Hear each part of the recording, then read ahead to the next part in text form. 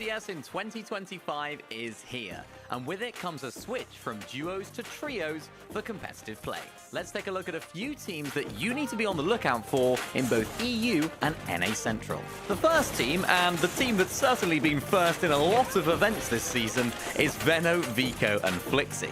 Since coming together in duos for Major 3 last year, Vico and Flixi have performed exceptionally well, winning that major and placing 4th at Globals. Now with the addition of one of EU's finest players in Veno, this trio have been unstoppable.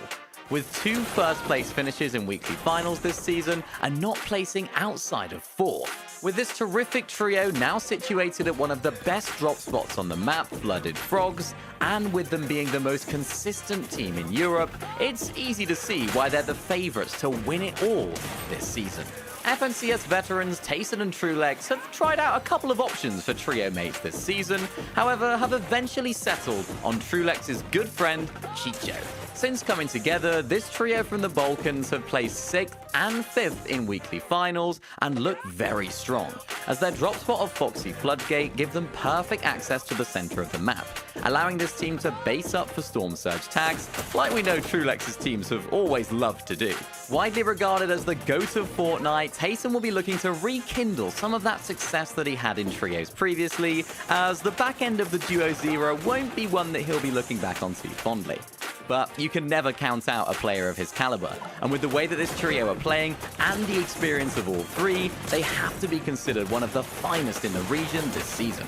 The iconic invitational winners Cami and Seti have picked up fellow Polish player Chari for this season. Although Chari hasn't had the same success as Cami and Seti over the years, he's been consistently making grand finals, most notably with Giras, so it's clear to see why he's joined the team. This season has been incredibly solid for the trio, with 3 top 3 finishes in weekly finals, including 1 first place. The main competition for them so far has been the French trio of Akira, X-Squeeze, and Podesai, fighting off Spawn at Lost Lake. While currently it seems like the Polish boys have been dominating pretty much entirely, historically, Cami and Seti haven't performed as well whenever they're contested in grand finals. Let's see if the shift in game mode and the addition of Chari is the key to changing that going into the first major of 2025. Now let's hop across the pond to NA, and one player that's quite literally done just that is Vidil, now playing with Cooper and Sphinx. At the beginning of the season, Vidil struggled to find a team, so decided to go to NA to find more success. Although Cooper and Sphinx have had some solid performances with Noxy, they also decided to switch it up. This decision seems to have paid dividends so far, as since coming together they placed 2nd, 5th and 2nd again in the weekly finals. And the synergy between Cooper and Vidil when it comes to fragging has been excellent to watch so far. As for Sphinx, although he's had less overall success than Vidil and Cooper, he is proving to be an excellent IGL and helping to keep this team on track for success. Look out for these guys at Masked Meadows this season. After the most dominant year in competitive Fortnite history with Poyo, Peterbot is back and picking up exactly where he left off with new teammates Cold and Ritual. Since getting together this season, they've won every single weekly final, more often than not with a 100-point margin, and are widely regarded as the best team in NA at the moment. The way that they're doing this is similar to how Peterbot operated before, landing at the best drop spot on the map and dominating from there on out, with high eliminations propelling them through the match. Currently, much like Veno's trio, they feel that Flooded Frogs is the best drop spot, with its incredible loot, materials, and early surge opportunities. However, with this team still winning earlier weeks, landing at brutal boxcars, it shows that this team have the skill, experience, and versatility to take it all home. Finally, onto what is likely to be a fan-favorite team this season, Clix, Batman Booga, and Iomzo. This is a team that'll have a lot of eyes on them to perform, as Clix always does. And he in particular will be looking to break that 4th place curse, take home his first FNCS title, and fulfill his potential. Batman Booga will be looking to pick up where he left off in duos after a breakthrough year with Rapid. And Iomzo will be looking to bring the firepower that we know he can, but hadn't quite seen to the fullest during Chapter 5. As for performances so far, it's looking good for this trio, as since coming together for Week 5, they managed a 2nd place in Opens and a 5th in the weekly finals. This, combined with their solid drop spot of Lost Lake, make this trio an exciting prospect, and one that fans will be watching closely. Let's hope they can bring the heat in grand finals. With so many teams to look out for, it's impossible for us to fit them all into one video. So let us know down below which teams you're excited about going into this season's FNCS. And we'll see you very soon for the start of Major 1.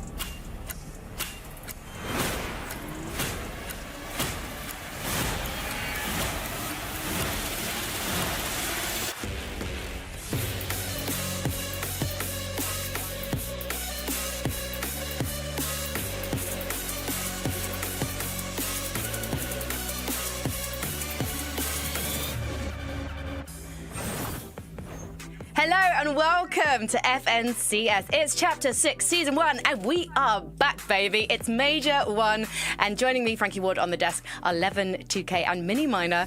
So let's bring them in now. Omni-masking in. Hello, Levin. You actually did do a little bit of an Omni-mask then. How was the teleportation for you? Feeling fresh? Smooth. I think, I still need a couple minutes to adjust, but I'll be all right. We got some time. And Miniminer, you're more of a Typhoon Blade man. Yeah, I am. I like to keep on the ground, keep traditional in my rotation, but it feels good to be back doing the shows again, man. It feels good to have Fortnite back. And you know what's interesting to me is the past couple of years of FNCS, it's been all about duos. This is going to be my personal first season covering trios. We're still a desk trio, and yet you still haven't played with me yet. But we've got no time to discuss why that is and for me to be humiliated on the broadcast, because we actually want to hear from some of our pro players on their thoughts about the biggest changes now we've headed back to trios.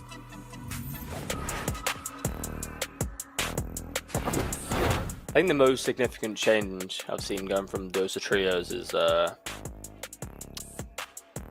much longer people can survive without materials. Because people really love spraying a lot more, and there's a lot more refreshes, but there's not as much materials being spread out. So people just love to use their armor. I've never noticed it so much. People love that spray, and it's less shotgun oriented now and more playing as a team and spraying. I think the most significant change from duos to trios is that it's way easier to be consistent in trios, I feel like. So where in duos you used to have a lot of upcoming teams competing, I feel like in trios it's 5 very strong teams that you have to compete against every time. The most competitive change from duos to trios is, I think, definitely just I think the skill gap is way bigger in trio. So if you're a good trio, you'll do good compared to a duo. You can be a good duo and not duo as well, but if you're a good trio, you just do well in every tournament. There we go. Well, Trippin, I love the fact that he's if you're an established trio, you're going to do well every tournament. And Trippin has made it through to Major 1 with his partners, Fredoxy and Thomas, in 99th place. What's the significance of coming 99th, Miniminer? Well, they're actually now in group number 3, so we don't get to see those guys today. But yeah, quite ironic how he says that. But they all make very good points there, right? About how trios, you're going to have a little bit more materials, of course, an extra person's worth of loot to get to that end game. You're going to have an extra person's worth of heals as well, Levin. So almost it makes it a little bit easier to get further into the game. But everyone else is also a trio, right? You're not the only trio. Not everyone else is duos. Right. It's funny hearing them say that. My good friend Sundown, right, used to be on the show. He used to always say Fortnite's a resource management game, right? It's all about who can get to end game, the most stacked. And so when you have that extra person, I feel like it probably does feel like you can add a bit of extra consistency to your game. So there's no, surprises as to why they're all saying that.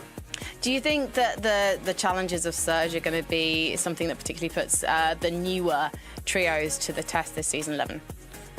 I think there's an element of that, right? But Surge has been difficult every season for the past couple years now, right? So you sort of have to figure things out. Duos, trios, teams will get the damage however they need to. And then the other factor with these trios is the fact that there's not just 2 of them communicating amongst each other. There's going to be a third voice in the mix. So let's hear again from our players.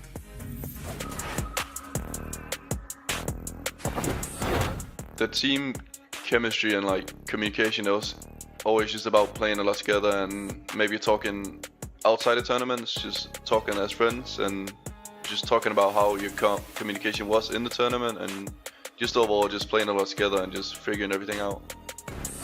I mean, I feel like trios was always my upper hand rather than duos. But with my trios, with Immersive, we haven't been playing for that long, so right now we've just built chemistry by having good vibes, enjoying playing together, and just having fun.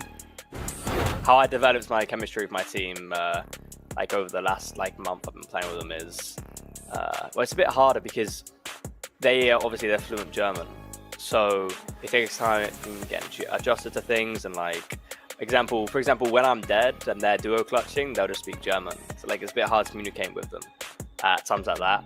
But it's nice that we have a coach who can chime in, who's also German, who can tell me what they're saying and give me help me understand things a bit more. But it's been about mostly keeping it fun and lighthearted, because sometimes you have to remember you are playing with, you know, people who are younger. I'm 20 now, but I'm a bit more experienced, and that's the harder side, keeping it fun, because I see this as, you know, a career, and they're not seeing that at that level yet. I love that Venno is just like, okay, yeah, it is business, but I've also got to remember to keep it fun for my trio because I'm old now. I'm 20. I've got to be responsible, Levin. No, absolutely. I mean, it's funny hearing Venno say that because I know he's had some struggles in his trios at times, trying to be almost that babysitter. But you know, you got to do what you got to do, man. Yeah, and he makes a great point there as well about communication and language barriers. I feel like it's often so overlooked with people that watch competitive Fortnite. We don't get to necessarily hear the comms too often. So it's like, particularly in Venno's case, of course, he was speaking about the teammates, of course, being German, speaking German. There are other trios that have had that as well. Sky and Scroll, of course, would have spoke Danish when they play with Restguard. Now they're playing with iDrop. They have to switch to English, I'd imagine. So that is such an important element of Fortnite that just often gets so overlooked. And no, yet, it's oh no, go on, Levin. Yeah. No, it's super underrated, right? I feel like when people don't realize it, just because again, a lot of these guys maybe can speak in English as their second language and do it well. But when you look at the history of FNCS winners, right, the overwhelming majority are people who are able to speak in their native language. And when you look at the people who beat that trend, right, the likes of the Queasies, the Taysons, the Vennos, what's the trend amongst them? It's literally like the best players ever, right, to reach the mountaintop while not speaking in their like first language, or not Venno actually, but you get what I'm trying to say. So it's not easy to do. It's super, you know, important to have good communication. It really is, and yet somehow I've ended up managing to get this job despite the fact that my communication sorely lacking at times. But you know what? We have two casters who never are lost for words. Returning to Europe, best region, it is the best Taco and Takata.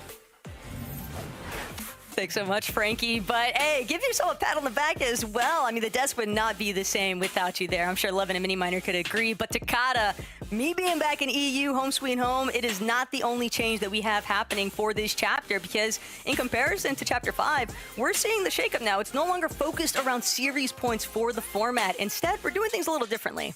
Exactly. Let's actually take a look here. So instead of opens and semifinals, we now have the play-in stage and the group stage. Play-ins, 99 trios will qualify from into the group stage. And the main difference here is now they are 3 different set lobbies. To qualify from these set lobbies to the major finals, you either have to get top 5 on the leaderboard or take home one of those 5 potential victory royales. The remaining 3 trios will qualify from the last chance, and that will have our total 33 trios in the major finals. But Taco, major finals are a little different from last season. Yeah, we're not going to see that 1.5 times point multiplier any longer on day 2. So both days, while always crucial, now you just means that you can't have that fallback option in case you're trying to make up for some lost time. But that's enough emphasis on the format. Right now, let's get back to focus on some trios at the desk. Thank you so much, guys. So there you go. Consistency is going to be even more important than ever when it comes to our major finals. Let's, though, have some early predictions from our analysts, or rather, let's have some from Miniminer, because Miniminer, you put together your top 5 predictions for winning Victory Royales today across our 5 matches. Yeah, that's right. I've decided to pick 5 teams that I think are going to be winning a game today. Historically, my predictions have always gone very well. So let's have a little look at what these are going to be, of course. Number 1 on the list, Levin, iDrop, Sky and Scroll. The best team so far in terms of the play-ins. They won that week. They had 4 wins in the play-ins as well. They only played 16 games, so a quarter of the games they actually managed to win. I think this is a no-brainer for a Victory Royale today. It's good to see you still sticking with iDrop after all these years of him letting you down in predictions. Look, it's a no-brainer. I think many people look at this group and they instantly look at iDrop and Sky and Scroll, and with the form they've been on, you know, they won the play-in, right? So this is clearly the team most in form here in the EU. I think they're likely to win a game. And the beauty of them is they win games in so many different ways, right? Of course, this season, high ground has been like one of the most obvious ways to win games. We're seeing teams play height from early, and this is an example of a game where they do it so well. The zone pulls towards the island. They play for the island one, so they're going to obviously have that invis coin and a bunch of other, loot and whatnot. But then they can TP, use the Oni TP to get into a good spot where they can build up for height, invest a lot of materials. Skrull getting a bit PC with his Skrull will buy and still have no idea how he does that. But ultimately, right, it's all about, investing your mats in these early positions, making sure you're aware of the different zone pools, so if it does pull away from you, you can TP into a good spot to stop other teams from taking it. And they just do it so well this season. Yeah, I mean, that's highlighted right there on that screen. You could sort of see exactly where they're positioned. They were looking out for each other, making sure that teams can't just triple TP up onto height, which is a real danger this season. So playing height is certainly a bit of an art this season, and having that chemistry that this trio have is absolutely vital. And that's why they're the team that had the second most victory royales when it comes to the play-ins, because they just have all of these different facets, all these different strings to their bow. And one of the other strings, of course, that they have is the low ground, the way that they're able to play when things don't necessarily go their way with the island, when they can't build up and get that high ground early on. They use their fragging abilities to their advantage on low ground and really pick up so many eliminations and therefore so many refreshes as well. Yeah, look, this game I think, is a great example of how they use it, right? You can see them there making sure to claim space on the opening side of the zone, waiting for these players to drop down. In this specific clip here, right, you see Sky tarping ahead, using the chug splashes that they have this season to claim that position, give them more time to fight and look for refreshes. They're making sure to use those Sentinel pump shotguns and the incredible amounts of structure damage that it deals to be able to secure refreshes as well. And again, just making sure they're just using everything available to them in this season as efficiently as possible to win from high or low ground. Well, you've convinced me, Mini Miner. I'm pretty sure that these guys are going to be taking a victory royale today.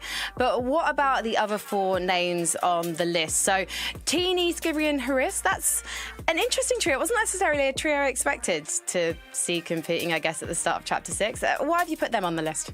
Well, I mean, if you look at them on paper, you think this is a fantastic trio. They're going to absolutely dominate and do incredibly well. And I still think they will do that, hence why they're on my list. But so far, not so good for this trio. They've actually only made one out of the 3 possible weekly finals that they could have made. In that actual weekly final, they placed 31st, which is not ideal at all. But the reason why I think they can win and they should win today is the fact they just full send high every single game, Levin. They are a team that can do that. They have it in their locker, and they're actually the team in the lobby with the most wins in all of the finals that they've had, whether it be divisional finals or, of course, those Eval finals as well. So they have it in their locker. I don't think it's going to be consistent from their 11, but I think they will win. Yeah, I think that's a pretty fair pick. I think a lot of people would agree with you on that one. I like you also taking Vanya, right? Vanya, Pixie, and Marius are a team that have looked very good in the little we've seen from them. Of course, it's been a weird journey for them, right? Because they sort of started with Marius, dropped Marius for Chap, played worse with Chap, then picked up Marius, started playing good again. Were contested in the final and still came second. Like they've had a bit of a rocky journey here, but ultimately in this lobby, I think a lot of people expect them to do well. If you actually look at the stats when it comes to this type of format, where it's like a win and you're in, reboot round style, Vanya has some of the highest win rates of anyone all over the world. So this guy is primed when it comes to winning in these type of games. Well, I'm hoping to see him challenging for height later on today. I would love to see Mini Miner's predictions, though, for the top 5 teams that aren't going to win a victory royale today, but will be incredibly consistent in terms of getting to those end games and picking up the points. So who have you got for us, Mini Miner?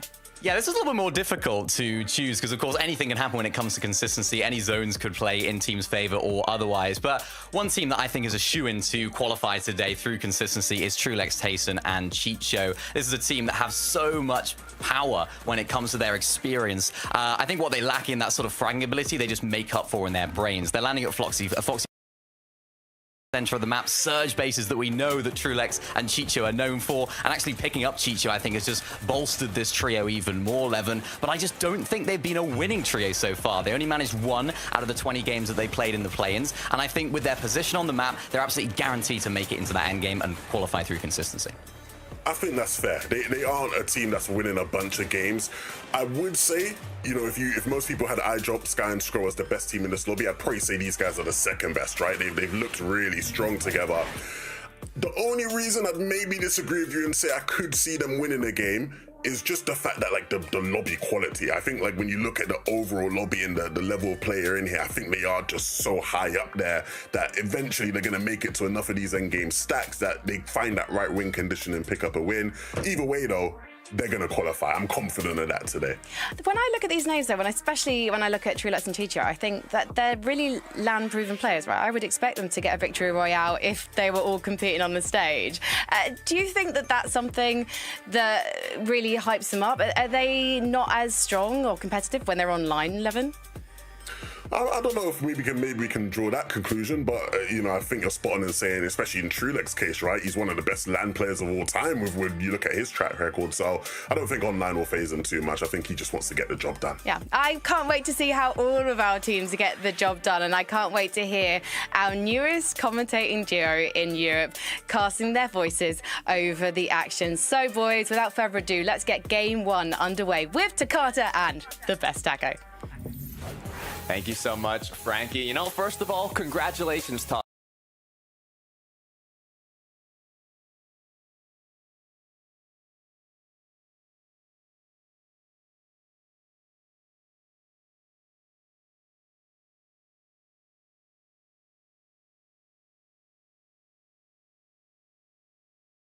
Taco, you're back on the best region, EU. How does it feel to be back? It feels great. I think it is hilarious, though, the way that everybody just has to put the emphasis on the best. I don't want to get full betrayal just yet, the NA like that. But no, I'm definitely excited that Takata. I mean, we're seeing group stage number 1 kick off here today. Oh yeah, it's going to be a lot of fun. We already had the play-ins. The battle bus is already ready, so let's kick off group 1.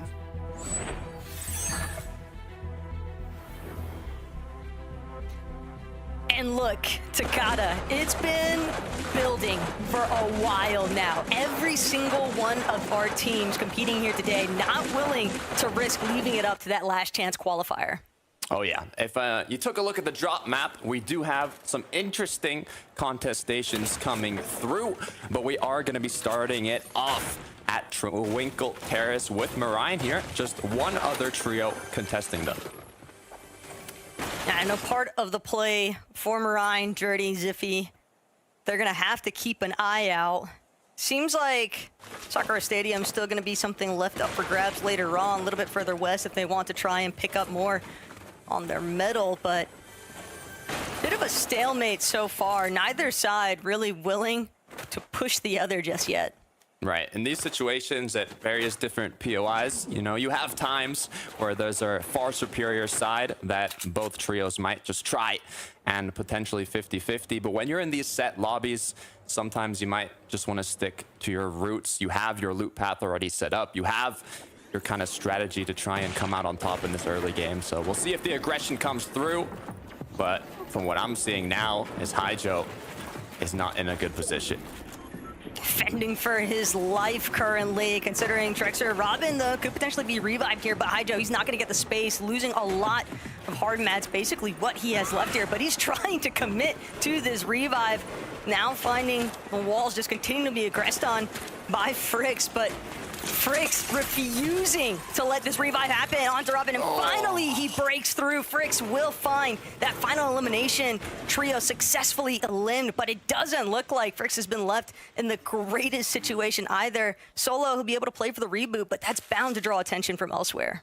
Yeah, so far I didn't see anybody close by. This is going to be big. That is where Night Rose is at, so they will hopefully be able to finish that up, clean it up, but we are going to move towards iDrop's trio here, which are looking incredibly peaceful. No danger in their surroundings so far. But if we look here, the Spanish trio, Kramsu, Clone, Case, all fully up here, looking healthy at the seaport. But this couldn't last too long. And Case having a bit of fun on socials at the expense of Splash's trio. A little bit of a drop situation that could be the real thorn of the side for Mirus, Shrift, Splash, but what matters is their fighting capability. And right now, completely smothered to the low ground, it's going to be difficult for them to actually find an opening since they're playing for that lack of elevation. Marine seems to have gone down here, is going to be fully eliminated. But this engagement is just getting started as the Oni mask is going to be used to take high ground. Now shots from above trying to pinch out the player, single him out, do what you can to clean this up, as they will be able to secure the knock. quick elimination onto Ziffy. Not a single teammate has gone down. It's all about efficiency in this early game. You want to be able to clean up these fights as quickly as possible so you can continue on your loot path if you haven't finished looting, or if not, get ready for that surge path. They are going to use a water sprite though to heal right back up, and I'm not even sure if they're going to hunt down that last player or just maybe get a bit more centered as the game continues. Yeah, but I mean, you're talking about efficiency as far as loot paths are concerned and capitalizing on these quick fights, but that was the problem for Marine's trio. They weren't able to actually close out that exchange at Tunkel Terrace initially up against Syla and Nazik, so instead just pounced upon, and Gorditi, Scary Sean, Joanne, they just get that perfect prime opportunity to secure their surge early on by just third partying. And that far on the outskirts, it's highly unlikely they're going to have to worry about teams being able to rotate behind them now either. So they might even be able to just prioritize fishing at this time. Yeah, it is a crucial part of this meta, trying to fish as much as you can for those shield fish, which then you can use to recuperate the shield you lose, getting those Storm Surge tags. We've seen also the Oni mask being used a lot throughout this season because you can kind of spread out a bit more than you'd normally be able to find tags from various angles. As we look at a potential engagement forming here, Teeny, Patris, Scurry, looking for an angle here. Does have that Typhoon Blade in hand to get a bit more elevation on their jump, but no shots are going to connect yet as they continue to look for an opening. Just a Typhoon Blade versus Void Oni Mask classic. Teeny at least gonna try to see if he can make a play for the high ground, but Mystic being able to teleport up there, so much easier for him to just reconvene with the rest of his trio. Maxi, Prax, now also gonna look towards the high ground. 6 Chili Chug splashes, so they could get aggressive here if they wanted to. The question is whether or not they feel like they've got the fighting power to match that from Hatris, V, and Teeny, because while Mini called it, they haven't necessarily had the most successful season so far here at Takata. They're still a force to be reckoned with. Yeah, it doesn't look like any engagement is going to come through. They had the pre-Oni mask set up in case they were going to get pushed, but it wasn't an aggressive Oni mask. It was more like a defensive one, just getting ready to combat the push that never ended up happening. So we'll see what for 9X Force and Rabana doing now, as it looks like they are incredibly healthy, loot-wise, shield-wise, material-wise, basically everything you need to just continue forwards and now start looking for a bit more damage. Bound to have noticed the surge base off in the distance though, but what's really drawn them closer up is the shots fired. Gova, Seren, Kiefba as well. Currently dealing with the French trio, Nosif, Nate, and Nazen, and this battle taking place here on the mountain range. So it'll be a lot easier for one of these teams to essentially spot out if they're getting pressured anytime soon here from a third-party circumstance. But Nazen, he's been a little bit too far split from the rest of his trio. He's getting 2v1 currently. I hope Nazen has an Oni mask. I hope he has some sort of escape here, because especially in trios, if you're in a 3 versus 1, it's incredibly hard to get out of the situation. Triple sprays, triple shotguns, anything they possibly can to get some shots in the door. But they are gonna have to clean up this fight if they want to continue moving forward. So just giving more time for their opponents to get closer and closer and kind of support their teammate that was singled out. And it looks like they might have just taken too long, or they didn't want to take that risk. It's honestly Tayson, Trulix, and Chicha that I'd be the most concerned with, because that mountain span from Foxy Floodgate has prime viewing towards this mountain range here, spanning over the base tunnel. And so Nosif, Nazen, they know they can't afford to stay out in the open for much longer, but that rotation might lead them straight into the hands of Teeny's trio, and they already had to expend quite a lot of mats for a fight that just fizzled out into a whole lot of nothing. Maybe they got some surge tags, but not sure if it was enough for it to really be capable for them to just focus on rotations. Yeah, only time will tell. A lot of materials were used for that engagement, and not even sure if it was worth it, but I believe I saw some Oni masks being used to disengage here. They are inside of the storm, as second zone is going to come to a close here shortly. Nothing to be too worried about yet. You can see the 4 shield fish in the inventory, making use of that. But so far, I don't think we'll see anything too game-changing from this trio here as they just continue to disengage. have to keep eyes, though, on Shark, Ju, and Andy. Shark especially has just been so impressive. He's had a pretty dominating Chapter 6 so far, Takada, even when it comes to like the solo Cash Cup performances, the eval finals, for example, and really excited to see how he continues to operate alongside the rest of his team. Still 89 players up. Only 3 trios have gone down. It's almost looking like a major finals already, as we see a lot of trios on the edge of zone here. They're healthy, but no metal, basically. Could use more materials. As now, kind of the hunt for Surge, the hunt for damage is what Tini's going to be looking for. Why does it feel like every time we pan over Tini, though, he's always crouch walking up onto someone? This guy is just the element of sneaky as can be. But Tini, he might have caught a little bit more attention than what he bargained for. Immediately going to be forced back towards the bottom of his current boxes with the rest of his team. But they do have an ample amount of resources. It's just an early expense of their shield that they probably would have preferred to avoid. I mean, that's a big part of the reason why you're looking for those sneak up plays in the first place. You want to get the damage without compromising the rest of your utility in the process. Yeah, this is one of the trios that, you know, I would expect to get a VR in this Group 1. They are actually the only trio in the lobby that has 2 set lobby VRs already this season, throughout the Eval Cups, throughout the divisional finals.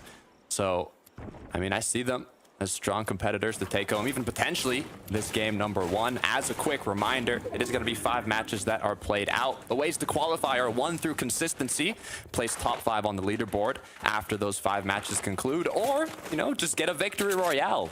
And that kind of opens up the opportunity of, hey, whoever gets this first victory royale, if they're uncontested, going into next match, there might be an open drop spot. So we'll maybe see some changes as time goes on and these matches continue. And, you know, Levin made a call earlier about, we're talking about, you know, lobby qualities, essentially. And I think for a lot of these teams, some of them being a little bit newer faces, essentially, to this set lobby kind of format, I think that that's where we can expect to see some of this hesitancy coming through Takada. A lot of teams not necessarily wanting to be some of the first elimed, but that means that that surge damage threshold is gonna start to be pretty heavy-handed against these teams. It really just depends on who's actually been able to stabilize themselves with their surge damage so far. Yeah, I mean, 86 players still up, getting closer and closer to that 4th zone. This is a match. I'm excited. This is what I've been waiting for. Taco, the group stage is always something special. As we'll take a look once again. Well, I was gonna say Tini's trio, but they're close by here. As we look at Kerwa's fan, which is Hedra, but, you know, I'm just gonna call him his fan for this game. Alongside Hyper. We'll see if they're able to continue with the dominance they've had from the early game. I don't want to make the caster curse a reality, though, as they do get cracked instantly from Tini's trio. Yeah, big factor working against Kira's trio is the fact that they've had to go cross-country for this one, right? Essentially starting off at Woofy Warp, now all the way over in Pump Power, and this zone just appears like it's going to keep pulling over this mountain span, keep pulling closer and closer to that water line that spans around the outskirts of like Shattered Span and the like, and it's not easy to play these water zones either, Takada, especially if you don't have that Void Oni mass to depend on, because teams are just having to utilize so much more resources than what they would like to. And even Tini's trio, a little bit worse for wear as far as that material count is concerned. They need to take a fight and they have to win it out. Right, I mean, before you had the water boon, but that's no longer in competitive, so now you want to get that shield back. It's either Water Sprite, Shieldfish, or Minis, but as the aggression continues, Atris, Tini, Skavi, making sure to poke from various angles. You don't want to all enter from the same wall if you're not looking for a triple spray or triple shotgun. You want to just find individual angles, try and cut off one of your opponents, do whatever you can to either get a crack or get a knock and give you that upper hand in this fight. 1 above and 2 below. It's Ego, who finds himself pincer currently between Tini and Svi, trying to see if he can get some support metrics coming through from Kenti, but so far, no good here for Tini. He needs to break through this floor, and Kenti finally going to give that support aspect for Ego. Now Hatris, one more time, trying to apply that separate angle pressure here to Takada, but again, the longer this draws out, the easier it is for somebody else to poach the goodness, and Atris finally gonna find himself on the receiving end here though, but Teeny just Typhoon blading through, and it's gonna be success. Whether it looked a little bit crazier than what we would have anticipated, that's one packed punch from the Typhoon Blade. What an entrance. I was going to say, you know, we're in trios now. Pre-edits are going to be a lot more prevalent. They look like they have no materials. I was expecting maybe a pre-edit play to come through. Issue is when all the trio knows where you are, pre-edits are more kind of a sneaky strategy where you do it when your opponents aren't expecting it. So the Typhoon Blade right in looks like worked out for them this time. So are going to be able to get that refresh, continue on into the zone. It is 4th zone, so we will be able to see that Rift Island appear here shortly and maybe see some plays be made. If there's one team that I would definitely anticipate to make a play for that Shogun's Arena, it's going to be Sky Scroll and iDrop. They have it more often than not than any other team I've seen Takada as far as endgames are concerned. And not only that, but when they're this far above in the surge damage threshold, as is 1,067 to be exact, they've got more than enough time to essentially secure which direction they want to head, even if that means heading for that Shogun Arena.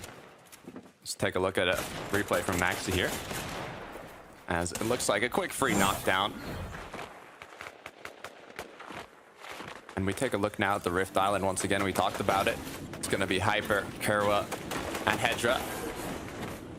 As a reminder, if you're just tuning in here from last season, there is kind of a boss now on this Rift Island, which is Shogun X, that does drop a medallion, which will give you infinite stamina and invisibility while you're sprinting, alongside some extra loot and shield. So we will see trios kind of every now and then battling for that, as we take a look once again at Teeny, Skavi, and Atris, who have taken an elevated position, but they're not in zone yet, so it is a good time to kind of plan out their rotate with all the vision that they currently have. And that last fight seems to currently be the saving grace right now for Teeny's trio, but they're not going to waste any time. They're going to keep trying to see if they can find those third-party Surge Tech opportunities. Team fighting just below them. All the while, Trulix, Chicho, Tayson currently boxed up underneath Shattered Span Bridge. Tarky, though, in a little bit of a tough situation here. Pinched between the waterway and separate teams on both sides of these hill spans. It is looking like a very grim situation there.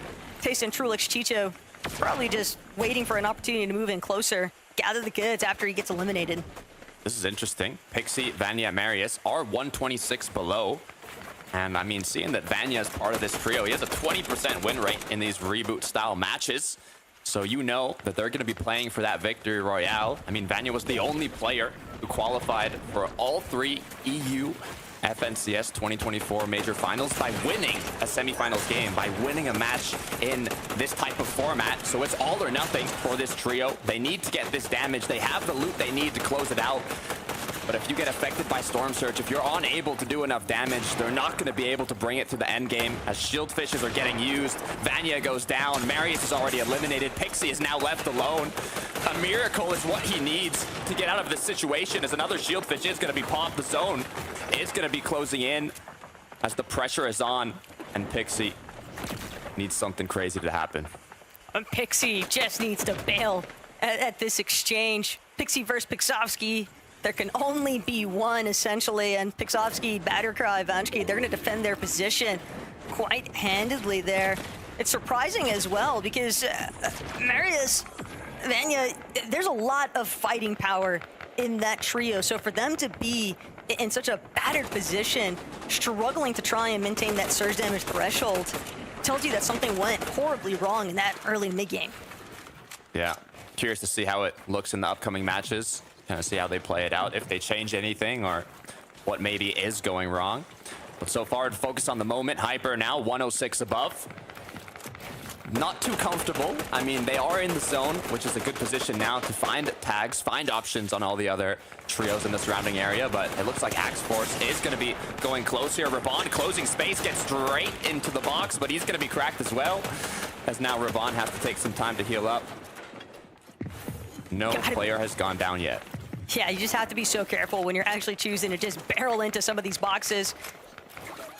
Palm can be menacing, but for me, Takada, this is the team with the Shogun medallion. Hyper, Hedra, and Kira, they could look to play this much more aggressively than what they have been. And granted, it could just be they're trying to just size themselves up for a better position. Don't want to be playing it necessarily from the low ground, but infinite stamina and invis, that is just so much fighting power behind it. I would love to see them get more aggressive with that. Yeah, I mean, it's good for finding those angles in kind of unexpected situations, but when you see the whole trio coming close, you do have to be careful, as it looks like iDrop's trio here did secure a quick refresh, good amount of damage. We are in 7th zone, so this is 5 damage per second out of the zone and 40 players for Surge to be active, so there's still 12 players that need to be eliminated, which means nobody's safe unless you're that trio up top, who was, I believe, almost 1,000 above Storm Surge, so.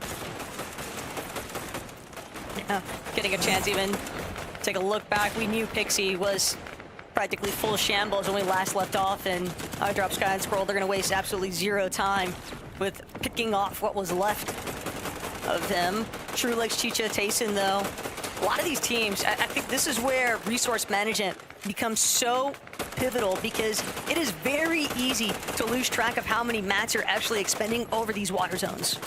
100%. 92 above for Tayson, Truelex, Chicho. I mean, Levin Mini, we're talking about this on the desk. Tayson's only picked up 1 victory royale in the play, and so far this season as well, based on their play style, I think it's more likely that they do qualify through consistency instead of getting a victory royale. But anything's possible in this group stage, as right now the main focus is just getting more damage.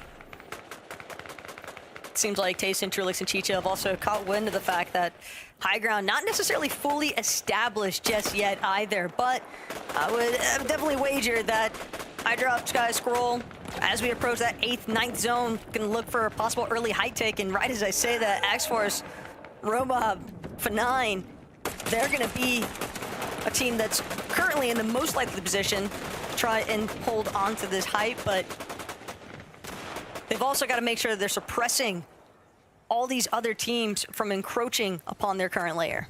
So this one's interesting. 8th zone, you can see the zone is fully inside the storm.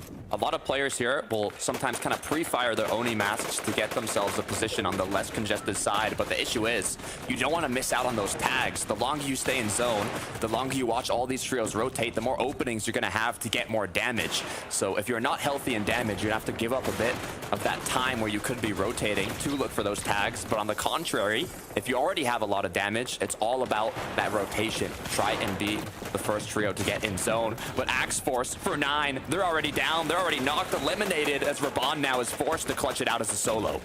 Just didn't have as much material as they would have liked at that point, probably hoping that they could have found the better end of the fight instead.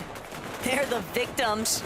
So now Raban looking back, looking forward. He knows he is completely surrounded. He's just gonna hope to slip by unnoticed with a slightly later rotate, but does expose himself to being lobbied at that point. Cringe Mappy Gate on the other side, trying to see if they can get some elevated views, but Tayson, Truelex, Chicho, tried and true, working their way through the low ground currently. And they've got enough space, they've got enough mats, Takada, but what they want is more pressure into this congested side. Good news is, there's trios here. They have a lot of firepower if they're able to find even a solo, a duo, that they can catch off guard here. All it takes, 1 triple shotgun, triple spray, even a triple pickaxe, just some sort of synergy here. But the good news is they already have so many materials, they don't have to risk anything really to look for these refreshes yet. It's more just continue staying ahead of zone, continue claiming space, and just, you know, staying up while all these other trios keep getting eliminated. Cringe immediately gonna teleport front side of height, and This is so much hard material being expended currently by Cringe, Mappy, and Cade. You know that they want to control this elevated position. They're shooting down these Void Oni TPs as they're sliding through. They might even have a chance to connect here overhead, but Mappy, Cade, Cringe, all trying to do their best to monitor each other's angles. In fact, Wager, it's only a matter of time for Sky Scroll, iDrop. They're finally getting looked at here. They're not going to have the opportunity to try and play things through from that secondary height.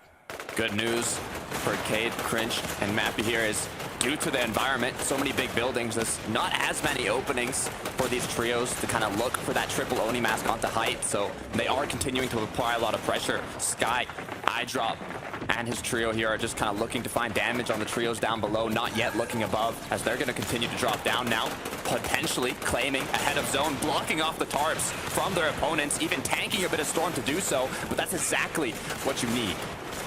Look, if you can't immediately look for a height take, you might as well drop to the low ground instead and look to control things from there, especially since the desk already broke down just how excellently Sky, iDrop, and Scroll are able to manage the low ground in these types of circumstances exactly. But Hatred is going to be the first to fall here. Teeny, Svi, they're just trying to break through all these pre-existing builds. The problem, though, Teeny, he's headed straight for this front side of the low ground, has no idea what awaits him. Now he's going to catch a glimpse. iDrop, Sky, and Scroll. It's a full trio. Teeny forced to crouch it out, forced to play back. He can't continue to move forward like he hoped.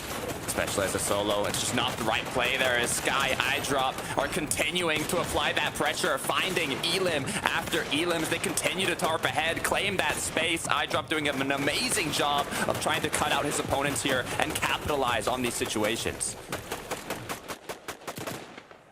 iDrop, Sky Scroll, they are just moving as one unit, but with the way that this zone is pulling slightly over the hill, Truelex, we see him getting caught for a moment there in the mid ground, but Sky, Scroll, iDrop, they took out Kira's trio earlier on, but now it comes at a cost here. Scroll is going to be eliminated. Sky, though, still has control of that Shogun Medallion, but Truelex, what a pump! He's gonna manage to work his way through just a little bit longer here. It's just so tough at this point, Takata. Be careful though, high ground retake coming through. Now Mappy is forced to tarp ahead, look back up, try and shoot them down as Cade continues getting that pressure applied onto him, building up and up and up. The last shield fish is used. He is gonna get knocked down. Mappy, Cringe now. Last two have to work together as a duo to try and chop down this high ground and do what they can. Issue is zero materials, nothing to work with. Mappy was hoping to get a piece out of iDrop, but the teleportation is going to save him just in the nick of time. Still 7 TPs left here for Mappy as well, but with no mats, Takata, he's just got to hope for a miracle, and he finds one. Cringe as well, taking down Relvis, and now all Cringe needs to do is try and keep filing through this bridge, filing through Seaport City, but it's just so much mayhem coming from the high ground, so much pressure, but the low ground's breaking down as well. Goes down now. It's a height versus low. It looks like the low ground might just be able to finish this off as Moni takes down one, gets the knock, looks for the last one, but is it a 1 versus 1? It is! And the turnaround! 5 eliminations, closing it off from height. Taco, what did we even just witness? We just witnessed a trio that nobody had on their list for being a Victory Royale specialist here. Gorditi, Scary Sean, and Joanne find themselves with the very first security. And I mean, at the same time, it's hard to monitor the high ground from that position. So much mayhem just taking place there, Takata. But the low ground, that's what it really came down to, was just these teams picking each other apart. They never saw it coming from height. It was a perfect retake from high ground. Las Cabras de España, the Spanish trio coming from above to close it out and secure our first Victory Royale in Group 1, claiming that spot in the major finals. I'm lost for words, Taco, so I want to see what the desk has in mind. Thank you very much, guys. So, Miniminer, I don't think you had that trio on your list. No, I didn't actually. So I've already lost the prediction. I thought I was really hopeful going into it, and it's already gone wrong. I was expecting Truelex, Tayson, and Chicho to win the first game, if I'm totally honest, because I thought that was how it was going to go, but it didn't go that way.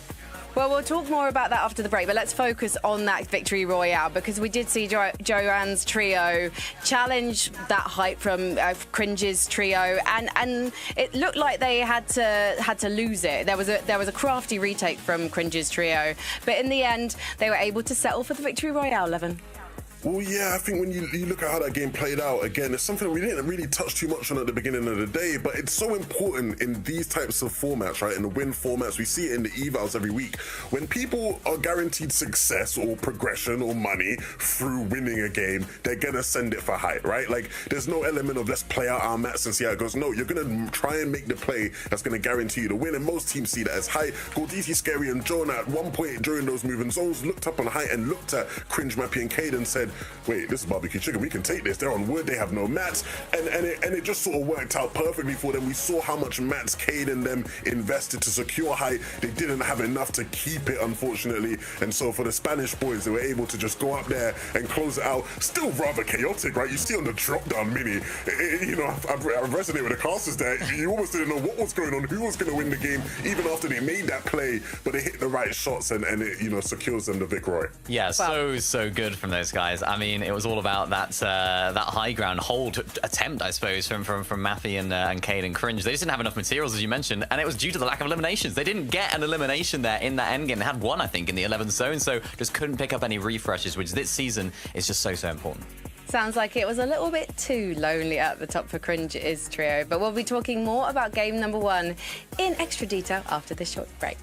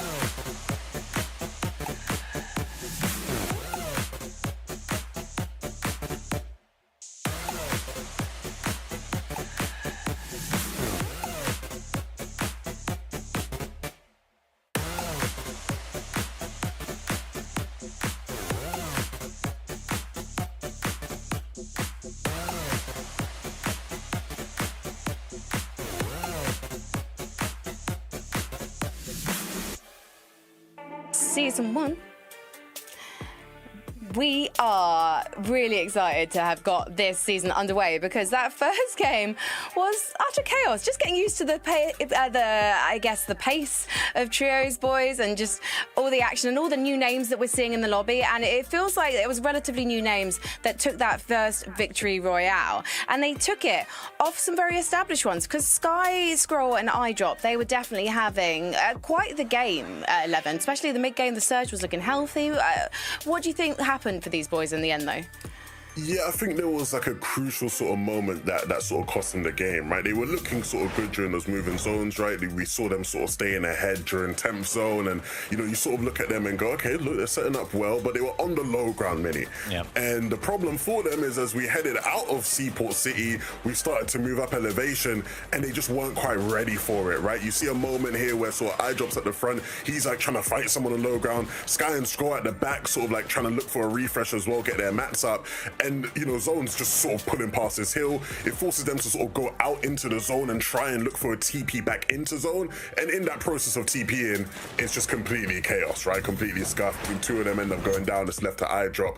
And as good as iDrop is, wasn't able to get the solo clutch. Yeah, still not a bad game for these guys. They're 5th with 5 eliminations. Pretty solid. They're looking good for that consistency so far. And I think, as you mentioned there, I've got a little bit chaotic. They don't necessarily have that loud voice of an IGL in this trio. I feel like I don't see that dynamic in the trio, so it feels like everyone's trying to do their own thing, trying to find some refreshes, trying to find a way to get up that elevation, and unfortunately it just didn't quite work out for them. But I'm not too worried yet. I was looking at them off spawn as well, looking at how that they were getting Storm Surge tags early with the different teams around them, and they're playing so split, so the strategy seems to be working very well so far. I'm just slightly concerned that could be rocked a little bit as we go throughout the day, but a solid start from these guys, you can't complain. Miniminer, another trio you're predicting to have a solid start were Tayson, Trulex, and Chicho. And we did see them not aiming for altitude, but actually trying to fight their way through the lower grounds. Yeah, they were, and I was a little bit confused actually when I saw this team actually below Surge there. I think it was around the 7th zone period. I hyped up how good they were at playing this sort of mid-game Surge, those Surge towers. I was expecting a little bit more of damage, I suppose, coming into this point in the game. They solved that, of course, with their experience 11, but it was all about Trulex there at the end, trying to solo clutch his way through. Tayson was there too, a little bit split from each other. Things didn't quite work out for Tayson in the end, but Trulex managed to squeeze out a little bit of extra placement. Yeah, we didn't quite see it. I would love to sort of know what was like the catalyst for them, right? But we get to sort of like second moving, and yeah, they're all a bit split up. I'm guessing like a team tried to like force some sort of like play on them, and then it sort of ends up getting scuffed. But that's not the type of thing you expect to see from those boys, right? You expect to see them sort of a bit more of a cohesive unit. Nevertheless, though, right? Still a couple more games to go. It's really exciting to see Cringe, Cade, and Mappy having so much impact on the high ground for the first game of the day, because I'm wondering if this is a trio that we're going to see a lot more from, and maybe even as the competitive year goes on, because everything seems to be working out for them. They seem to be a very well-coordinated unit. And Levin, we were talking about how important communication is for these trios, and it looked like it was on point for these guys. Yeah, and we sort of touched on it a bit before, but up to this point, they sort of played the game how most teams are playing the game this season, right? The problem that I think you factor in is that you invest a lot of materials to get into this amazing high ground position, and you don't factor in the fact that this is a game where everyone's just trying to win the game to qualify for the grand finals. People are going to start TPing up, whether they're stacked or not, and if you're not stacked because you've used all your materials, how do you deal with that? They can't build fight people, right? And that ultimately costs them. So we'll see if that's an adjustment they make, and we keep seeing them up on height. But I did like sort of the intention from them at first, Mini. Yeah, I did as well. And I mentioned it before the break. They didn't quite get enough eliminations. They only had one going to that 11th zone. We saw it right there. And I think, being so high up, which you of course need to be in this meta with these TPs, being so prevalent in this endgame, it's so difficult to be that high up and find eliminations and find refreshes. So I think that was sort of their downfall in that endgame. They couldn't quite find them. So I think what we want to see from these guys, more proactivity when it comes to eliminations, more sort of refreshes when it comes to actually building up for height and playing those high layers, and they should find some success for these guys. Well, we've got 4 more victory royales on the cards for our trios today, so let's head over to our casters, the best Taco and Takata for game number 2. Thank you so much, Frankie. Look, Taco, I'm still blown away. I mean, being from Spain myself, seeing a Spanish trio where 2 of the players were competing in their first ever set lobby finals like this, I mean, it's incredible to see. But look, this also opens up a new opportunity. They were dropping at night shift, so now, you know, they were contested before. They're not contested anymore. There's only one trio there. Will another one contest them? What do you think, Taco? I think the best thing, though, is that Gorditi's trio kind of just proving that it's about translating your early game victories into a strong end game finish, because we saw them early on, third party up against Marine in that contested situation taking place by Twinkle Terrace. So they're not going to be the only team that are looking for that type of fixation, because game number 2, we've got a lot in store.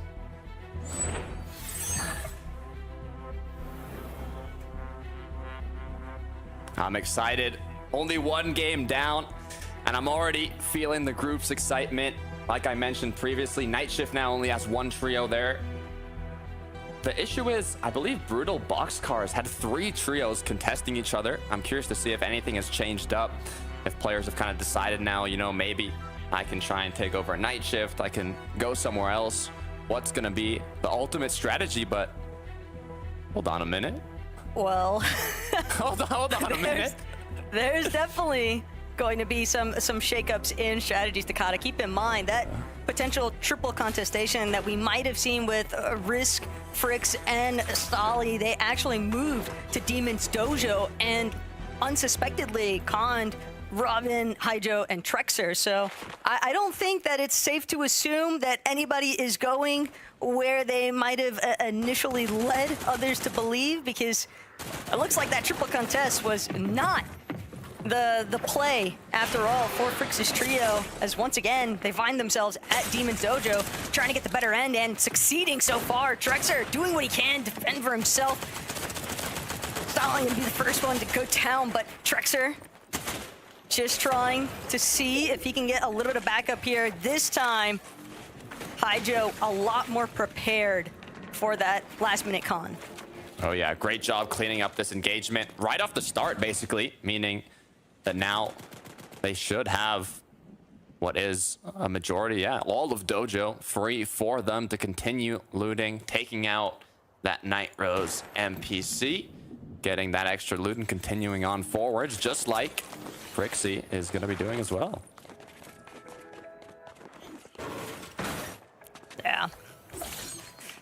Breezify, Big Luke, Act, Brutal Boxcars, just not going to be left alone. I mean, with it being a mid-map position, this is prime real estate to try and take control of. And not to mention the train itself, Takada, but it's not going to be an easy feat here for Nazen, the lone survivor currently of the French trio.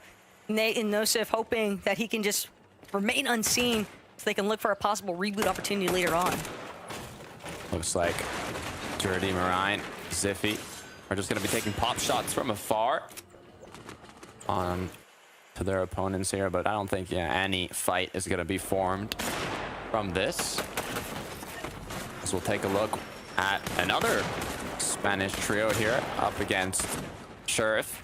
As Clone has already been cracked, he's going to have to be very careful here as angles are being looked onto him. Going to be forced to disengage.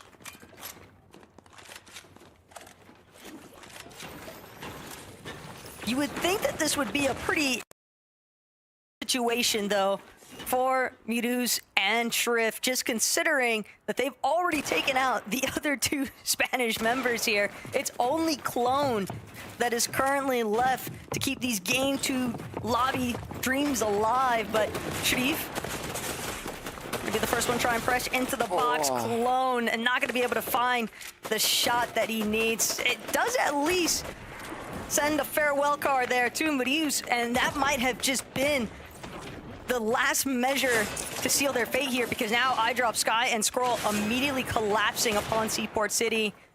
Coming out of Rolling Blossoms Farm, it's just all too easy for them to third-party the situation.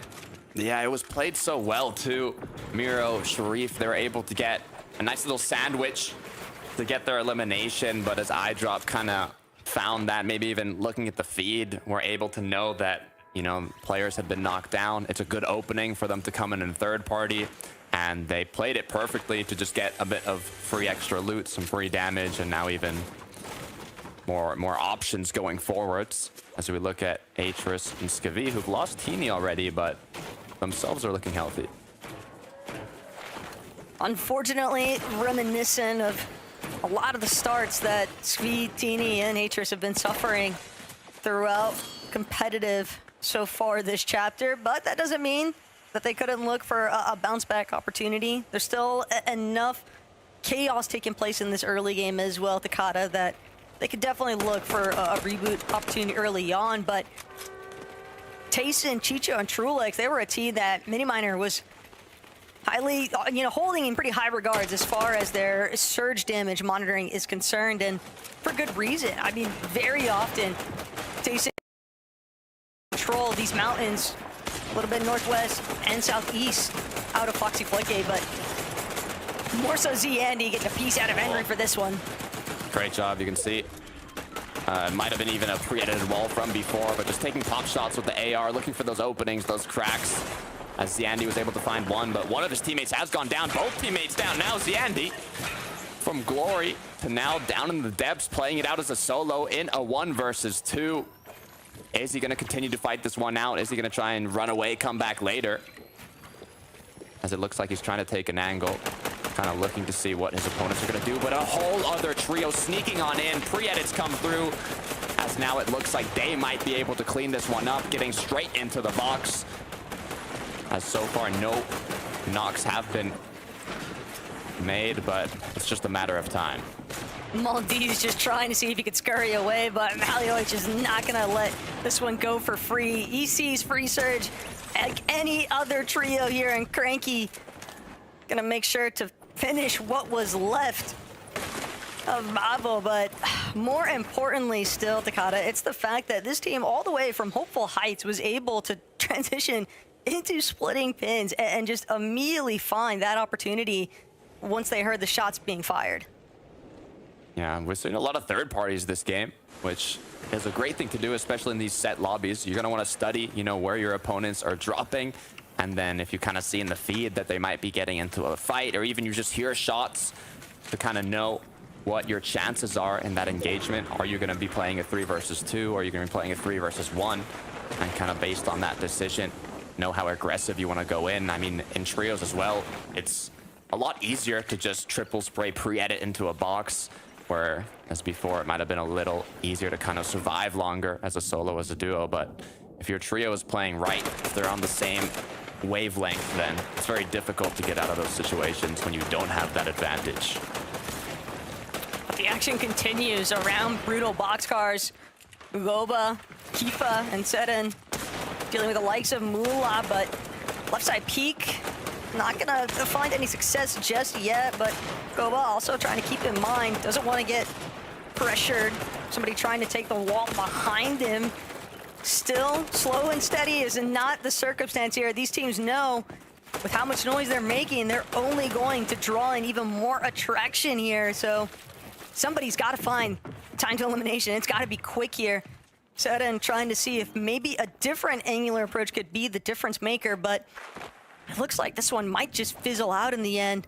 And if both of these trios were to leave at this point, Takata, that is so much invested material for nothing. So Seren knows, just build up, look for a little bit of height leverage instead, maybe. Yeah, I mean, I think they got a bit of damage. They might be happy with that. There's not too many trios close by, so we'll see what they end up doing. But based on this replay, ZYANDY's trio has been knocked out of this match. And it looks like Tropex is going to be able to get a reboot here on Fishy, as they'll continue to try to loot up. Now, the issue is when you have a teammate go down in this early game, you kind of got to do what you can to get them their own E-Mask back, get them the mobility, and kind of loot everything up again. It's also just going to cost them time that they could be using to try and find those surge damage tags instead. And we saw how much of a detriment it was for even some of our more veteran teams in that first matchup of today.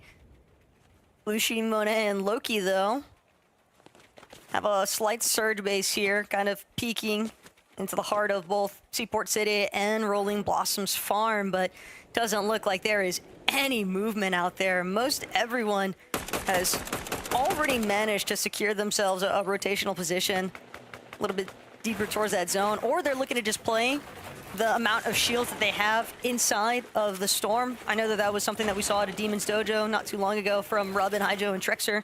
They had ample amount of resources because they found those eliminations so early. They don't feel that pressure, that necessity to rotate so early.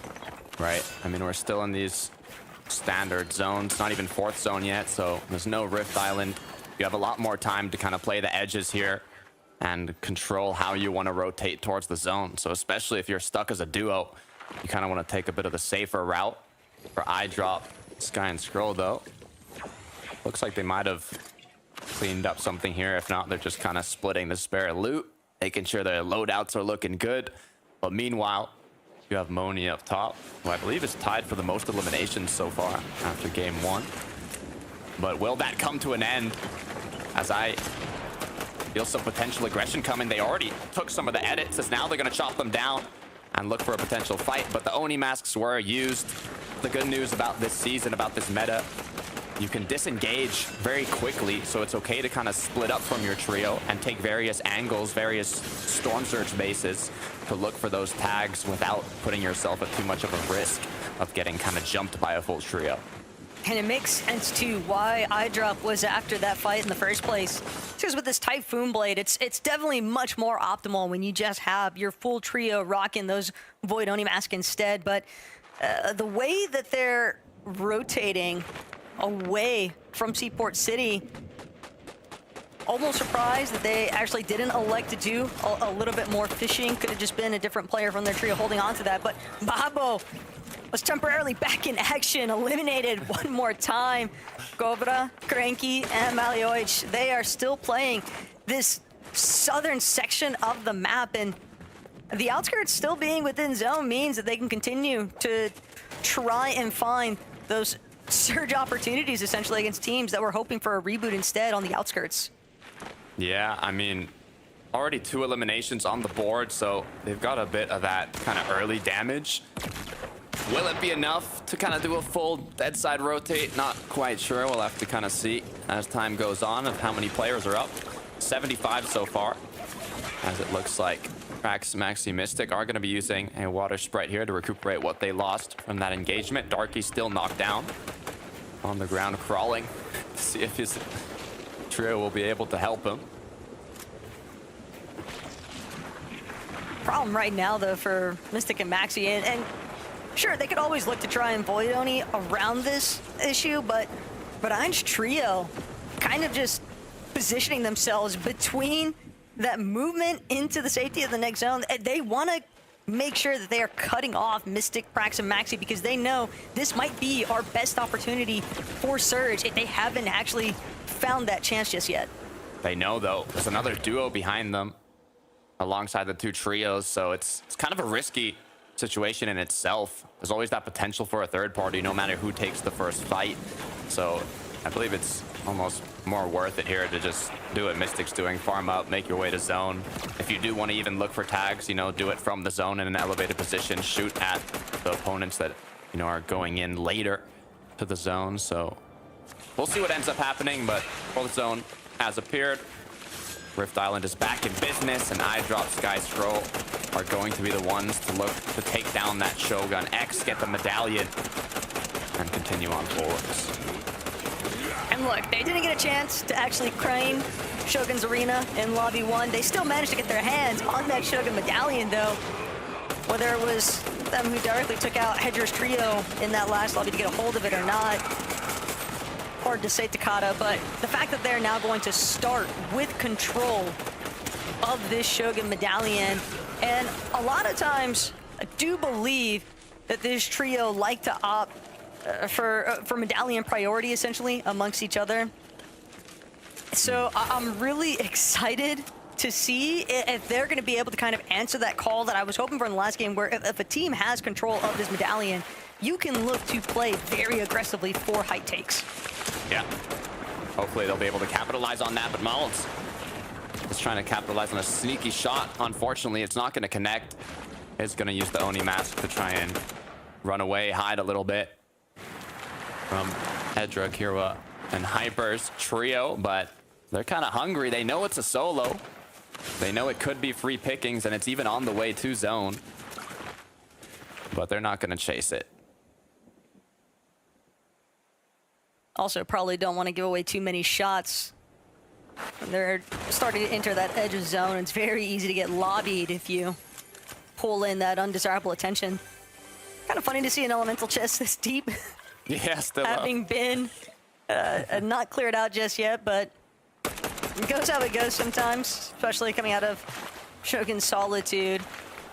Ziffy, Jerdy, and Marine, though, caught a little bit on the Warriors Watch Water. That's now 5th zone.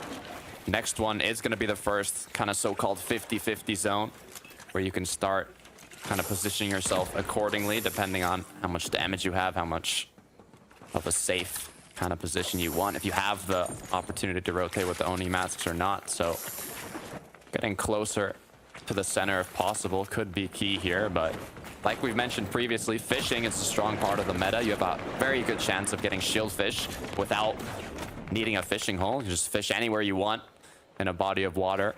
So you can kind of stack up on a bunch of shield fish, which are incredible for healing yourself quickly in the late game. Just kind of seems like Marine's fishing party was a bit spoiled there by teams that started just sort of encroaching on their position. Still, teams trying to make their way over some of the shifting elevation. Mountain ranges especially can be pretty vicious to work your way through. Relvis, Davul, Kashi. They're gonna actually dip into the lower parts of this valley, but they know that they've got teams just ahead of them. Still trying to get mats from boulders where possible. Pradaj actually gonna be one of the trios still looking to kind of duke things out there in the distance. Axe Forest, Ravon, and Pernine are 65 below. Good news is, if you look at the mini-map at the bottom right, there's a lot of trios close by, a lot of players that they can take shots on. Sheriff is going to go down, gets knocked now. They're going to capitalize on that for the extra damage on the knocked player, as now it might even open up another knockdown. Can they make it 3? Wipe out the whole trio while you're at it for 9, but be careful, as shots from afar are going to crack for 9. Now the danger levels are increasing, as they're going to have to take some time to heal up, but the zone is closing.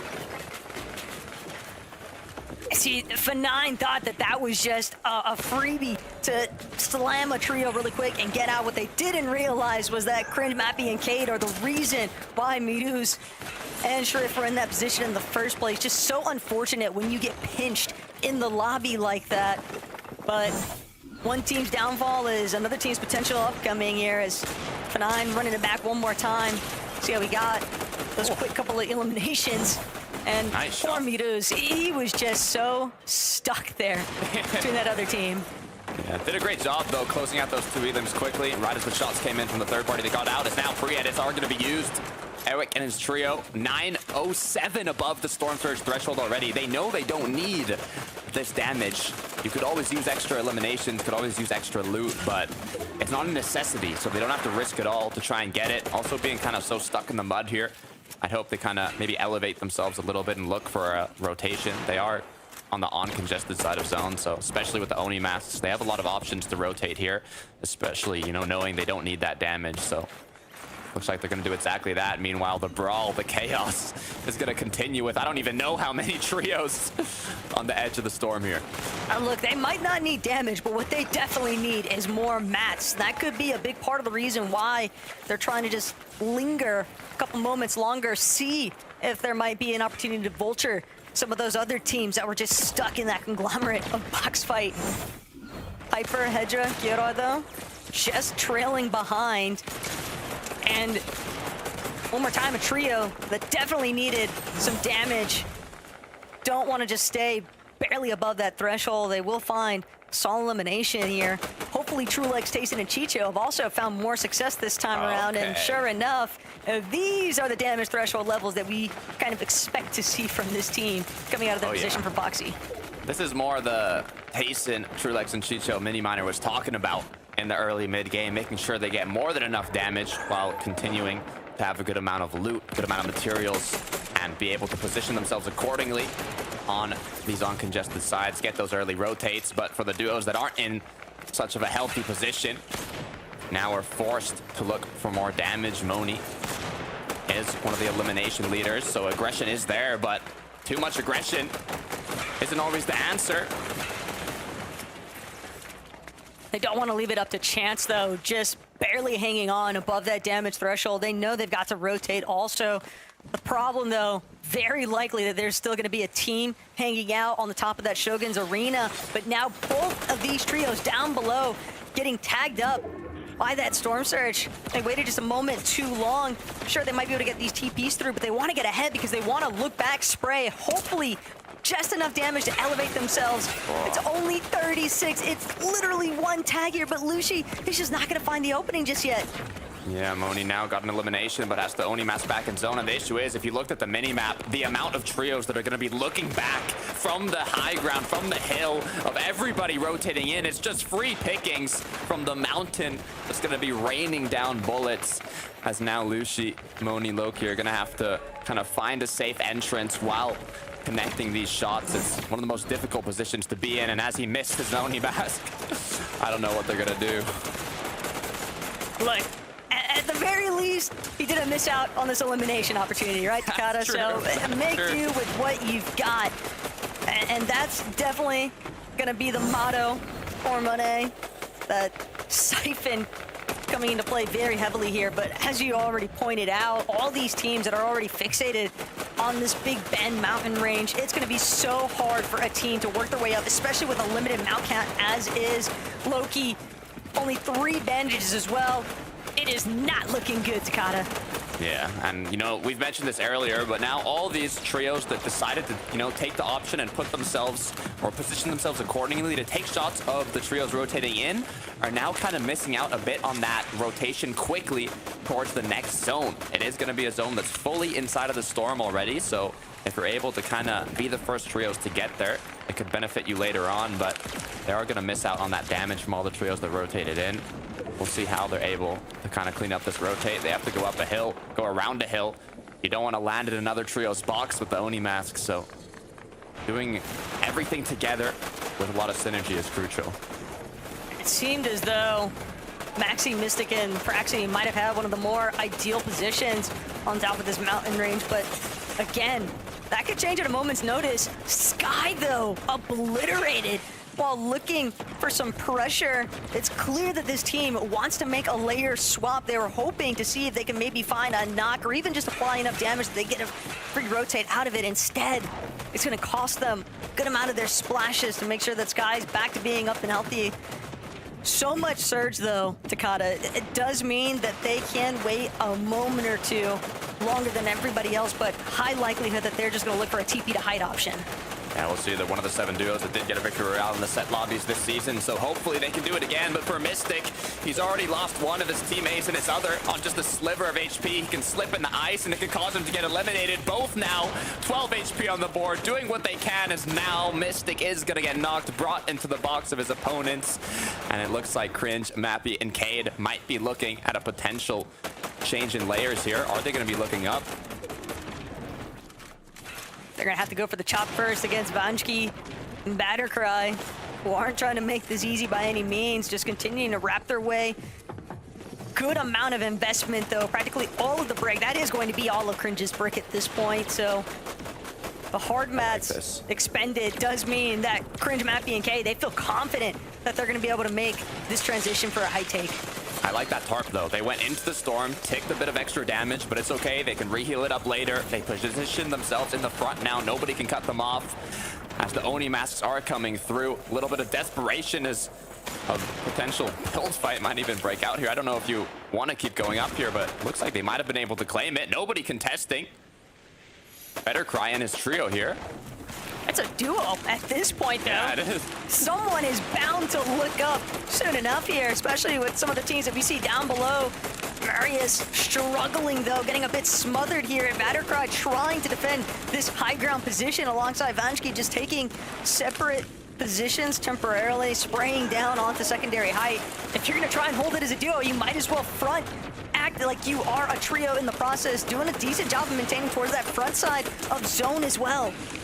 doing a great job of applying pressure to those trios that are second height, and they know now when they build out ahead, their next move is to look back, take shots, but after being cracked, it just opens up another option for them to play more aggressive. Height is going to be given up, as now Cranky and his trio are going to continue to build up. But the triple Oni mask, it looks like another trio wants it as well, as iDrop, Sky, and Scroll are continuing to fight this low ground. All Sky, Scroll, and iDrop are waiting for it is a pause in the action, and then they can up. They're already tarping through the secondary height layer towards the front side of zone.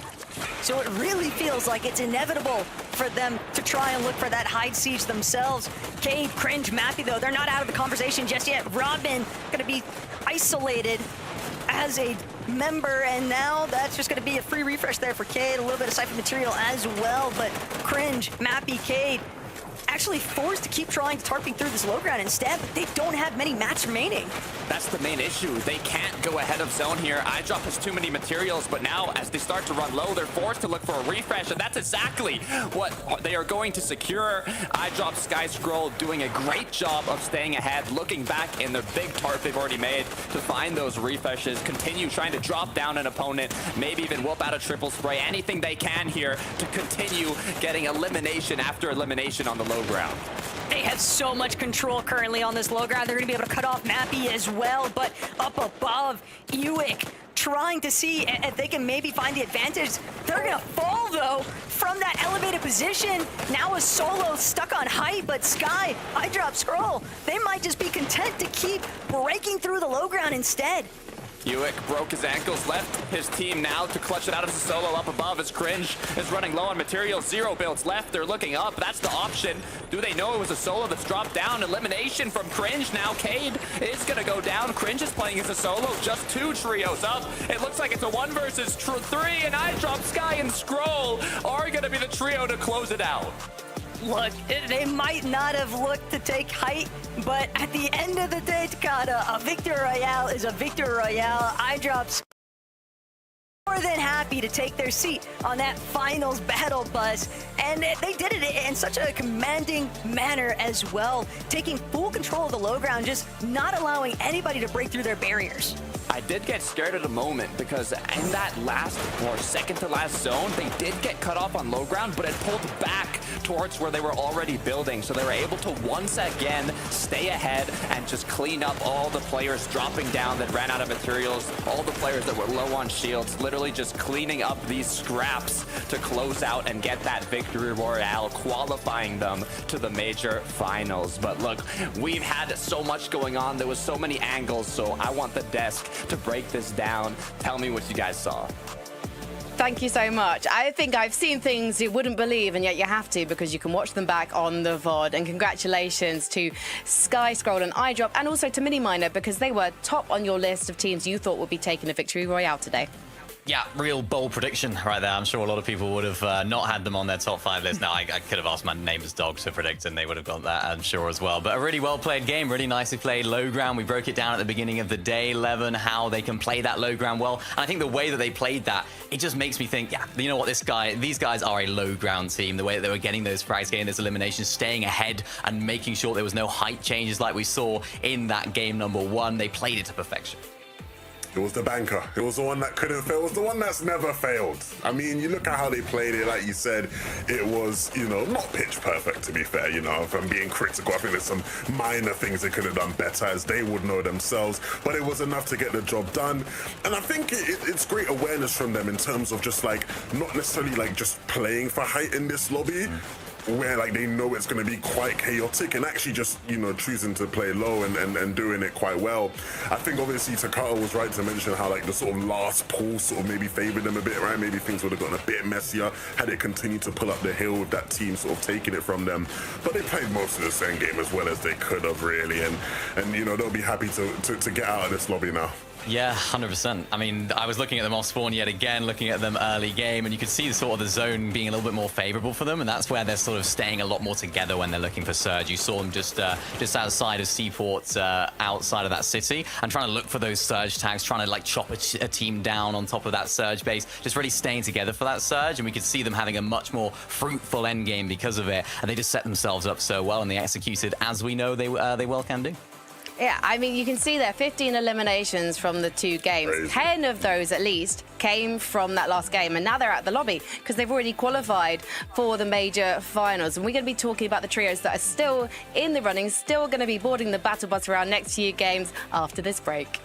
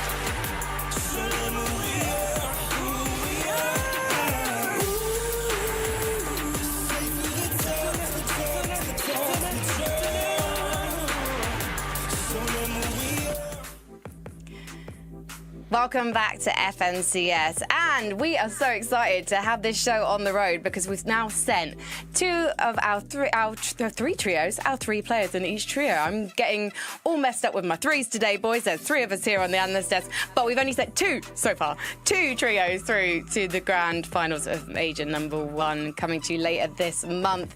And to be honest, Levin, we were definitely predicting the second game winners to be booking their spot early. Sky Scroll and iDrop, they did take that victory royale, and they took it with 3 still up and running. Yeah, I mean, again, when you look at just the form of all the teams in this lobby, they're the team most informed. They're the team that have shown, you know, the highest propensity to be able to win games. And so it wasn't really a surprise in my eyes, right? I think the biggest surprise for me thus far, Minnie, I'm looking at Cringe, Cade, and Mappy and just how well they've played. Obviously, in game 1, they were on height and it didn't quite go well for them. This game, right, they had to do the job on mid and low ground and they looked really good. And honestly, they were a final moving zone away from actually winning the game. It was a bit weird, like when we're watching them in this endgame mini, they were sort of playing like refresh to refresh. Like you look at the mats there on Cade, like they've got like nothing, but they still just didn't lose panic, didn't lose hope of that game. And you see here, it was on this zone pull right here, it starts pulling backwards away from them. Had it kept pulling towards them, they honestly might have a chance of winning that game against iDrop. Yeah, 100%. I think they were doing what they didn't do in the very first game. They were playing those mid to low ground layers. They were getting those refreshes, and they looked up at height at a really good time, but it was just unfortunate that one of them went down there as Mappy earlier on, so they couldn't quite keep all three together up on height. And as you say, I think if that zone had played a little bit differently with those refreshes that they've had, with the way that we know that they can play, they definitely could have walked home with a win. But really nice, consistent stuff from these guys, which is kind of what I was expecting from this trio. Of course, coming out of Mars Meadows, having a really good drop spot there, uncontested. You'd expect them to do well, but yeah, it's nice to see them there in the top three.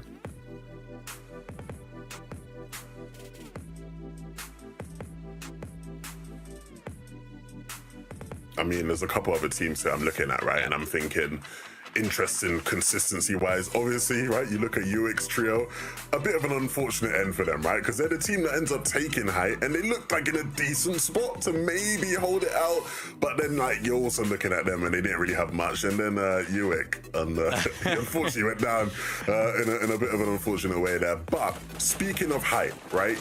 I look at Vanjiki, Pixovsky, and Batacry in this game, Mini, and they were, again, another example of sort of what we saw in game one from Cringe, Mappy, and Cade, where you have a team that takes height, and then, you know, they just haven't got enough in the tank to actually hold it out throughout the rest of the game, right?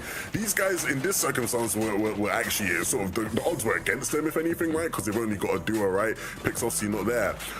But they take height, and you're thinking, okay, you know, they got a bit of a hold here, but all those mats they invested to take height, you know, the rest of the mats are running thin, so as soon as any trio starts looking up at them, they're not in the best of spots. Yeah, they're not. And because they don't have a trio, they can't have one player front side looking back at them, making sure that nobody can TP up. So, of course, there was a duo, or a trio, I should say, on the front side of the zone that just easily looked up and sprayed them out. And it was those lack of materials that they, of course, had that they couldn't quite hold onto it. So, not really ideal from those guys. But it just shows that height is not free. It's not there for the taking necessarily for every single team that's in the lobby right now. So, it can be kind of toppled over for some of the teams that are looking from the front side if you're not in a good situation. So, I'm excited to see what these trios can do for the rest of the games. Absolutely. So any bold predictions now that we are nearly halfway through the days, boys, in terms of these new names that we're seeing? Are there any, I wouldn't say pretenders to the throne, but any potentials for the throne that you think could break through this weekend? Minnie? I mean, I was looking at Ewik right there, prime for success, up on the high ground. Duo looking pretty good. I think they had decent materials as well. I think everything was looking pretty strong for that team. They took high ground at a good time, but unfortunately went down to full damage. It was an absolute nightmare situation for them, but hopefully that's going to propel them through because they have a decent little drop spot, good off-spawn strategy. So that trio I'm going to keep my eyes on for maybe winning a game here. Levin?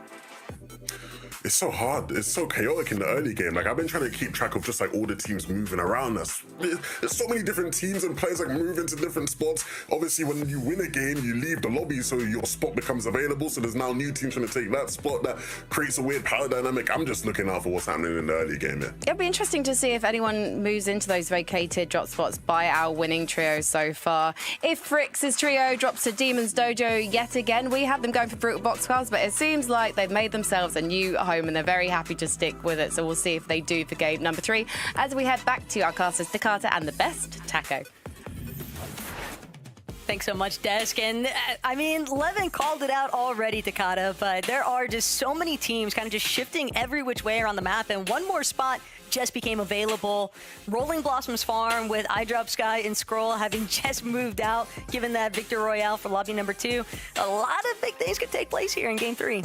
Yeah, a lot could happen. I mean, Seaport City, Hopeful Heights, both POIs above and below the drop spot of iDrop's trio are contested by 2 different trios. So all it takes is one of them to say, okay, you know what, let's try out this split. Will it happen? Let's see. Game 3 starts now.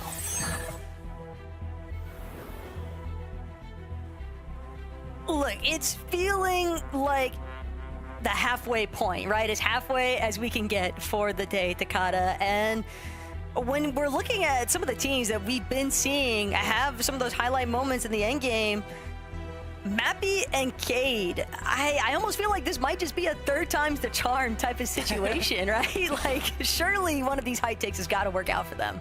I'm down. I'm down to see it happen, Taco. I'm on your boat here, but we'll take a look now at, you know, what ends up happening in this early game, because this is where it all starts leading up to those end games, those victory royales, as we look at Hasten, Trulex, and Chicho. Not too surprised that they haven't gotten the VR yet. It's just about consistency is what we've kind of been saying for this trio. They are currently in, well, depending on if you're including the trios that have already won or not, 10th or 8th place. Let's say 8th place on the leaderboard, not including the ones that have already gotten a victory royale. So not in that top 5 safely yet, but not too far either. Yeah, but for some of these teams, they know they've got quite the uphill battle to try and tackle. Our teams that are also just hanging around the outskirts of the map, you know, trying to find different strategies that work out in their favor as far as their surge management is concerned. Twinkle Terrorist, though, continues to be a relatively hot spot here. Enix, Nazik, Sans might have a battle underway with that Chili Chug Splash having been popped. That leads me to believe that they're certainly looking for a fight. Yeah, looking for angles as well, but over at Night Shift now. We talked about this previously. Panda's trio is not contested anymore in Night Shift, but they do have trios surrounding them that want to get damage, that want to get those tags. But seeing that Panda already has an elimination, I believe they are in a 3 versus 2, and Atris now is getting soloed out. Yeah, but for Atris, unfortunately, he's just going to get hit from 2 separate angles. Doesn't stand a chance here. But this is all net positives currently for Panda and Perkins to still find the last one of the bunch here. Skvi taken down. An early 3 eliminations as well for Panda's trio. Takada just means that they're going to have ample time inside of Night Shift Forest to really loot out to their heart's content. And not only that, but they can even shift their rotation strategy because they have so much surge already established. Yeah, it's a good kind of safety net, knowing you just get those early game eliminations. You've done so much damage, finishing off the knocks, the tags, the full eliminations. You can kind of safely just continue with your loot pad, be efficient, and kind of plan out your next stages of the match without as much stress. Taking a look at a replay of how some of these eliminations did happen. Kind of quick cleanups.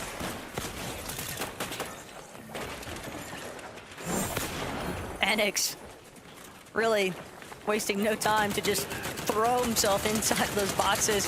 Mappy Cringecade, though, they've managed to find the roaming Shogun, hoping for a beneficial mythic drop out of this as well. Instead, no, excuse me, that's going to be for the Typhoon Blades over by Mass Meadows. But Cringe Mappy-Cade, knowing that they have the confirmation of movement, I think it is a huge part of the reason why they've been able to look for those consistent high takes.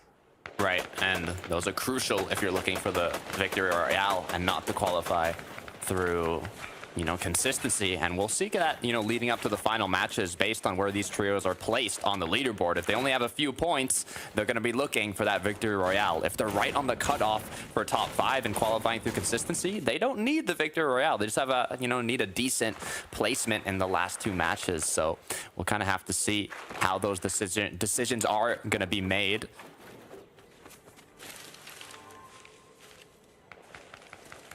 Teams just continuing to try and lurk upon each other, though. They hear shots in the distance. They see if they can find an optimal position to get the better end of the exchange. Voidoni TPs as well, just flying every which way. But Shrexer, Robin, Hygel, they've got their prey currently spotted. And this is far east territory that we're looking at right now, Takada. Yeah, this is edge of the map, quite literally, as we see the final remaining Spanish trio here in the lobby, who I believe are currently not doing so hot in terms of consistency. Actually, 2 more Spanish trios, but both of them are 27th and 31st place, so they might potentially be looking for more of a victory royale, although with 3 matches left, there's still a chance of kind of making a comeback on the leaderboard. One good end game is what you need in this match. Could be a little bit dangerous here right now, though, for Robin. Does have Ijo and Trexer kind of backing him up, but playing from inside of the bush, just trying to find those tags. I was more so looking at the team directly underneath that hill. Just curious if they were going to look for an opportunity to see if they could maybe try and tackle an elimination or 2 themselves, but able to hold that spot pretty easily. So what I'm looking here at Brutal Boxcars now, this drop, like we mentioned, is good because it does have this mountain by it that gives you so much vision. And generally, we've seen trios kind of base up in different sections of this mountain to see multiple different rotates, but that's when they have Oni masks. It's a lot safer to kind of disengage. And I believe all they had were at least one kinetic blade, which I would argue is probably the worst mobility item based comparing to the Typhoon blade and the Oni mask. So we'll see how that plays out for them if they do end up getting pushed. But for Pixie, it's all about fishing season here and taking time to kind of get even those spare shield fishes that they could use for looking for tags. It looks like Pixie might have even been the team that opted to move into that Rolling Blossoms farm territory, given that it just opened up at the start of this lobby with the success from iDrop Sky and Scrolls last match. Find that victory royale. Shattered Span, though.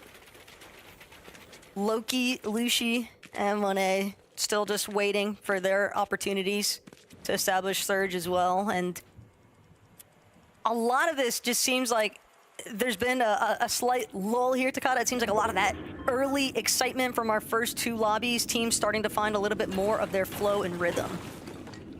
Yeah, I mean, as the day goes on, you kind of get to see a bit more of how these trios are rotating and have been rotating in the previous two matches, and what has kind of not worked, or maybe what has worked to get damage, or kind of adapting as the day goes on. And that's exactly what the top competitive Fortnite players are all about. As we take a look at one of the EU Titans, Titan trios, as they are actually going to disengage from this. They don't want to take any risks, as they are kind of playing a bit more for consistency. Henry 30J, though, seems like he just really wanted to take this mountain away from Trulix, Chicho, and Tayson.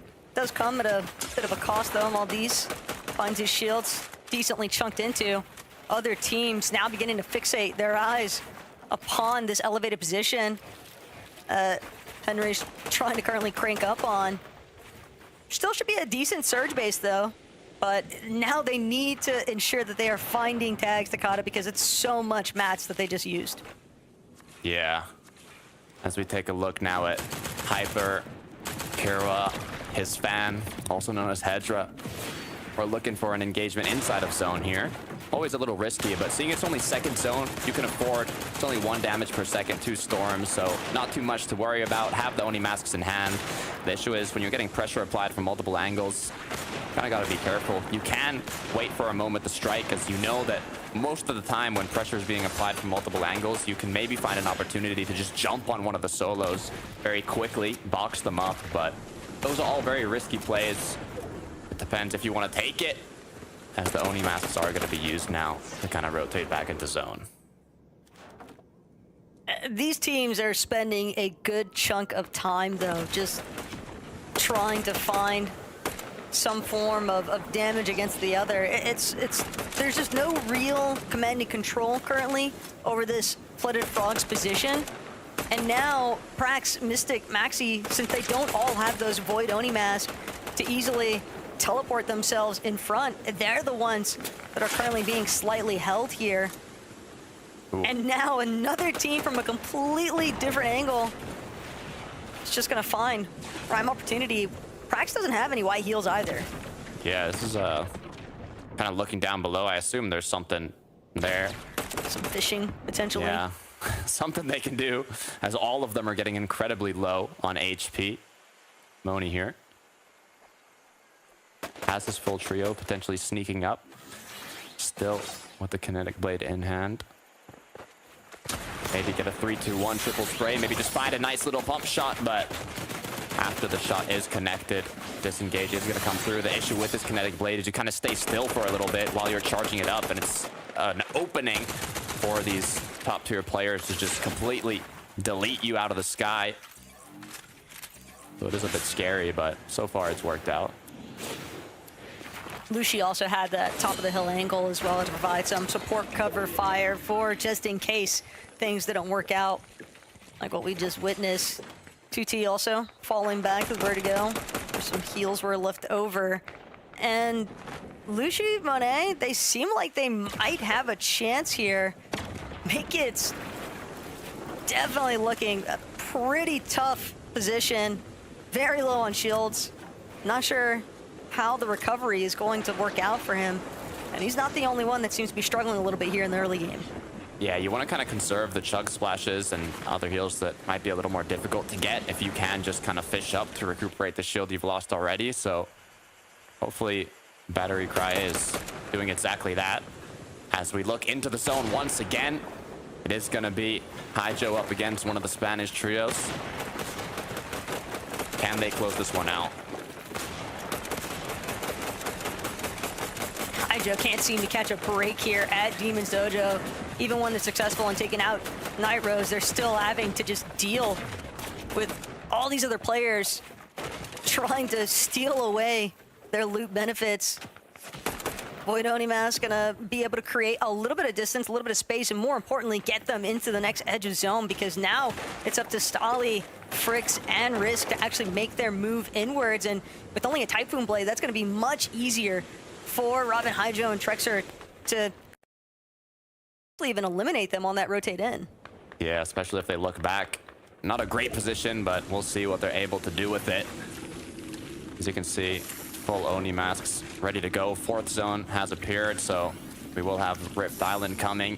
All the spare Shieldfish now going to be picked up from the box they created earlier to fish, and this is actually looking pretty good. Especially Andy, Shark, and Ju. I kind of like how they're preparing themselves. Only thing I would like is maybe a better pump shotgun to the gray, but you know it's fine. You can't ask for everything in these set lobbies. Got plenty of fish at least to split evenly amongst their trio, so that is definitely a nice way to take advantage of some of the resources available on the map, especially when you're not under pressure. And just have to hope that they've been able to maintain the surge damage threshold as well, but teams now taking notice of Shogun's Arena having just spawned in.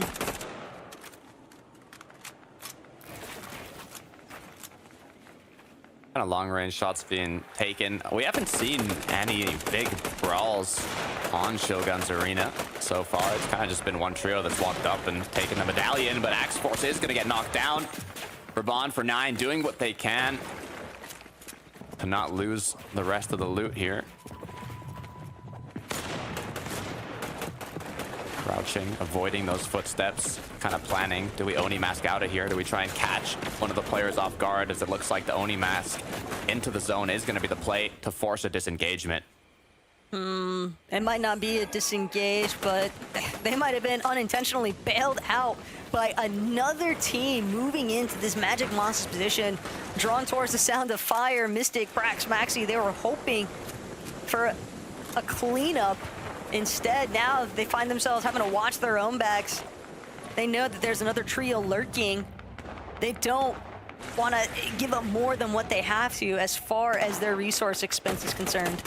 Very quick to reboot Axe Force back into the match here. And I believe they even kind of secured Axe Force's loot, or at least a bit of it at least. They kind of boxed up his eliminated character and was able to kind of give him a bit here with the barrels. They should be able to get back in the game, so I'm actually not too worried about this trio so far. Really thought we were going to see a little bit more there from Kira, but given that we only saw Kira on screen, I have to wonder if he might be by his lonesome, not actually intact with the rest of his trio. Might have been hoping for that reboot van that we just saw F9 use. Yeah, we'll have to see, as Kelda and Serena having a bit of a tough situation as well. It seems like Riefke, this Spanish trio, just keeps trying to fight everybody they possibly can. I wonder if they're kind of going for that, victory royale, so they want to have enough loot, enough mats and damage to be able to secure that. It's just kind of risky to continuously take these engagements over and over again. As Saren's been cracked, Kelda's been cracked as well. Everyone kind of just using what they've got, but Typhoon Blade, the Xing Xing is breaking through these boxes, and Kielva, Goba, they're gonna find themselves on the receiving end of it. It's only Seren trying things, but Riske, Fricks, Stali, they're just gonna chase him down. They know that it is only one member remaining But a pull back, actually, reconsideration from Stali, going to be instead content to take what they've already secured. Don't want to find themselves in a compromised position. It looks like Takata, just too much traffic in the area. Might have felt like they were going to find themselves getting eliminated if they were a little bit too greedy there. How much have they even secured, though, is my question. I mean, still only 15 above the threshold, still not fully capped on mass, not even halfway there. So they've got a ways to go, but at least all 3 players are still remaining, so always opens up that opportunity for more. As Ewick now had an unfortunate slip from the high ground, kind of twisted his ankle. Yeah, we don't talk about those. Went down to fall damage, but you know what? It's all about making it happen here in the next game. As hopefully we'll see them in late game once again. I think the toughest part is when it happens in 4K, right? Like, because imagine you're having, like, a lot of players, they'll go back, right? And they'll like, what went wrong for this match, you know, that kind of thing. I want to be in that VOD review session personally. Probably, yeah, no. You know they're going to mess with them a little bit about that. But, hey, still phenomenal things that could take place here in this third match. Not for Daviul, though. He's going to find himself eliminated by Fredage's trio. A big come up currently, though. They needed those mats to carry them through this mid-game into the late. That's not good for Fred. Radion, on the other hand, are going to be getting that quick refresh as we have Darky right behind them. They don't know how tagged they are, I think, but 1,200 above the Storm Surge threshold and a great position on this 6th zone, being kind of the first so-called 50-50 of the match, these partial zones, and another 2 eliminations gonna be picked up. This is huge for this trio. They can now look to play on the uncongested side if they want to kind of pre-fire, get closer to the Storm here, pre-fire some Oni masks in zone, but there is 2 more partial zones that are going to happen before moving. So good news is they have so many options, so many choices. It's all about just making the right ones. Frix, similar situation on the other side. Moment to revisit. Finally did manage to get that final elimination onto Set-In, but Monet, Loki, Lushi, a little bit stuck here currently on the side of the hill. It's a decent spot, relatively center to this zone, but they don't want to have to deal with actually breaking through towards the higher points of this hill. They do have options right now, though, Takata. If they want to go low, if they want to try a little bit closer to height, but what they need more than anything right now is Surge. Yeah, that's the problem. That Surge kind of eliminates a lot of those options because they're forced to put themselves in a place where they see a lot of the trios rotating in zone. Good news is they're already so centered that they have vision on the trios rotating in. They have a secure position that's going to help them in the upcoming zone. So as long as they don't get lobby focused here, as long as they don't take a lot of damage, don't get cracked, and just continue to apply that pressure and hit their shots. I mean, mainly they have to connect their shots here. I don't think any connections have been made yet.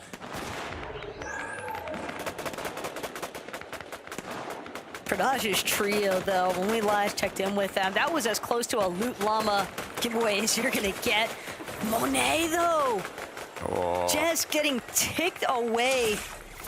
And fortunately for Monet, it was actually a knock from players afar. Otherwise, that would have just been clean elimination had it been to the actual Surge damage itself. Still a rough position to be in, though, as Loki, Lushi continue looking out. It's Ewick's trio that they're trying to find tags into. Now Chicho, as he rotates through the low ground, but nothing is connecting. We just can't connect these shots, Taco. It's exactly what they need, and they're forced now to use Chug Splashes, their last remaining heals, in desperation to just hit any shot possible. Are they going to be forced to make an Oni mask play? Are they going to be forced to play that risky kind of fight? I don't know how much more time they're going to be able to just take these ticks.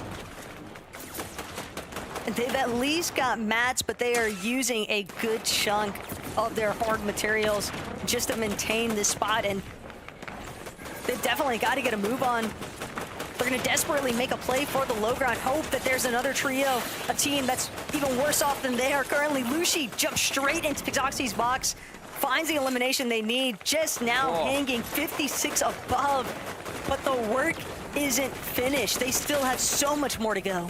It's a marathon for this trio, and they're just at the starting line here. Able to get that quick elimination, but still need to replenish their shield, replenish their HP, make it into zone, and do even more damage. So many boxes to be checked. It's definitely possible, but it's not going to be easy for Mystic, Krax, and Maxi, though. They are looking a bit more healthy, more comfortable, as we see where this 8th zone is going to be pulling. It is going to be northeast, so honestly pretty close to where this trio is, as they can kind of look for options on rotating. You just have to be careful to not Oni mask where other trios are Oni masking and then kind of get stuck in their box. So you want to find an angle, even if it takes, you know, tanking Storm a little bit, having to use a splash or a water sprite to recuperate it. As long as your trio's safe and together, getting to that zone is crucial here. Krax has to be very tactical, though, with these last 6 charges on that Void Oni mask. If anything, they're probably even hoping that they're going to be able to find some eliminations, and hopefully those elims lead to those refresh charges of the Void Oni instead. Cringe now mapping himself forward. Cade mapping closely behind. Still, this isn't the kind of setup that you would expect or want for trying to take a height take here. Yeah, Vanya's gonna go down right below them. This could be an opening for them to play a bit aggressive, though, but they don't know that Ziandy's right on their door, knocking, incredibly healthy. 170 above the Storm Surge threshold as they continue to rotate together. The trio right now with the highest elevation is gonna be Kai's, Kramsu, but Tayson, Chicho, and Trulex now 330 above. Just looking for any openings on potential eliminations, and they might have found just that as they get a knock, they get another elimination. 2 more on the board. This is huge. Clean map refresh as well. It was just so quick the way they were able to capitalize on those 2 elims. Kramsu, Gaze, and Clone, though, they're trying to maintain this strong high ground spot. They threw the TPs forward just in case. Always want to have those safety measures, but they're also ready to just get ahead of the rest of the crowd. Up on the hill, though, Nosif, Naze, and Nate, they've actually managed to break their way through the mid game. A little bit of struggles here for France, but their hopes very much still going. Case doesn't have that Void Oni any longer. The charge ran out, and he's been chopped. Let that happen. The fall damage is so tragic. Absolutely devastating for this trio. Kai's getting eliminated. Clone Kramsu forced to drop down from the best position in the match to now playing it out as a duo. Only 225 above as they're forced to regroup and continue from the mid ground. And that's how easy it can be for things, the rug, to get swept from underneath you completely. Cringe, Mappy, Kate, though, trekking through this low ground. Got a decent amount of space tarped out, but what they're trying to find currently is Parax wiggling his way through this low ground as well, but it's not going to be enough. A full trio bearing down on you. That's going to be a little bit more siphon materials here for Mappy, Kate, and Cringe to work with, but they need more, and they might just find it up against the likes of Hydro, Robin. Doing a great job spraying back now. It's always risky when you go for that cleanup, even when you go from the knocked player to bring back the loot, and that decision is going to cause Mappy to go down, leaving his trio to play it out as a duo. They're not even ahead of zone here, so they're in enemy territory on this rotate, forced to jump around the edge of zone. This is risky. You could fall into an opponent's box. You could get boxed up yourself. It looks like Cringe has already been cracked, but the healthy trio up on the top in the clouds are just going to rain down from above. Win condition in their favor. We saw the script earlier on in 5th and 6th zone here for Predage when they found that bountiful amount of eliminations back to back to back to back. You couldn't ask for a better setup, and now completely elevated here on height, spraying all these layers underneath them, not really leaving any opportunities for a trio to try and TP their way up. Great job from Tayson, Trulex, and Chicho, though, catching a player off guard, trying to position themselves ahead of zone here. You can't use the Oni mask in this layer. It's all about playing together. Too many builds in the surroundings as they continue to break on through and look to find the other trio that's looking to claim low here. It might be a battle for it unless they want to take that decision to change layers.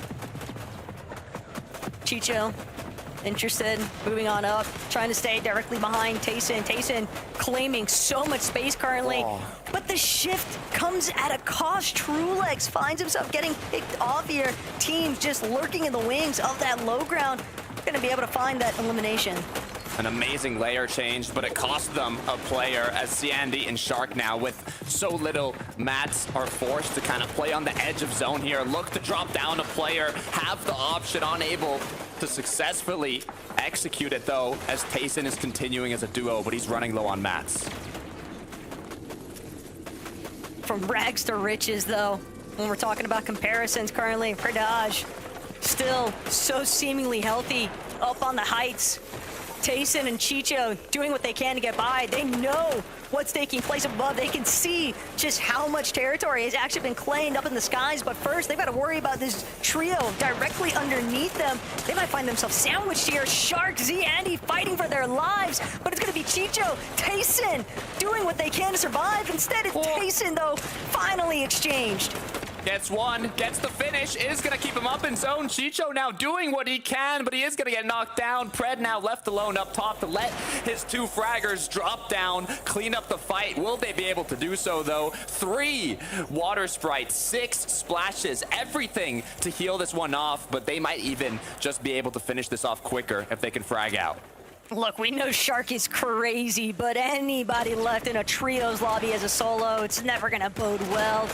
Radion, Rogue, a little bit of a tango here. Only one more stands between. The Italians finding success, and Pridage succeeds. Victor out from above just left his teammates to handle all the dirty work down below Takada, and it couldn't have worked out better for him.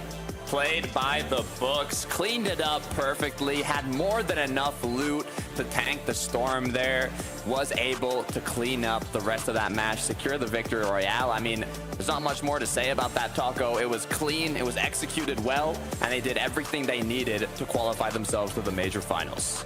If there's anybody I want to go back and see a replay of, though, it's got to be Pridage. I'm sure he's going absolutely ballistic right now, knowing that his trio is confirmed and secured for the grand finals here in Major 1. But you really couldn't have said any better there. This team did everything they needed to. It was a clinical performance here in Lobby 3.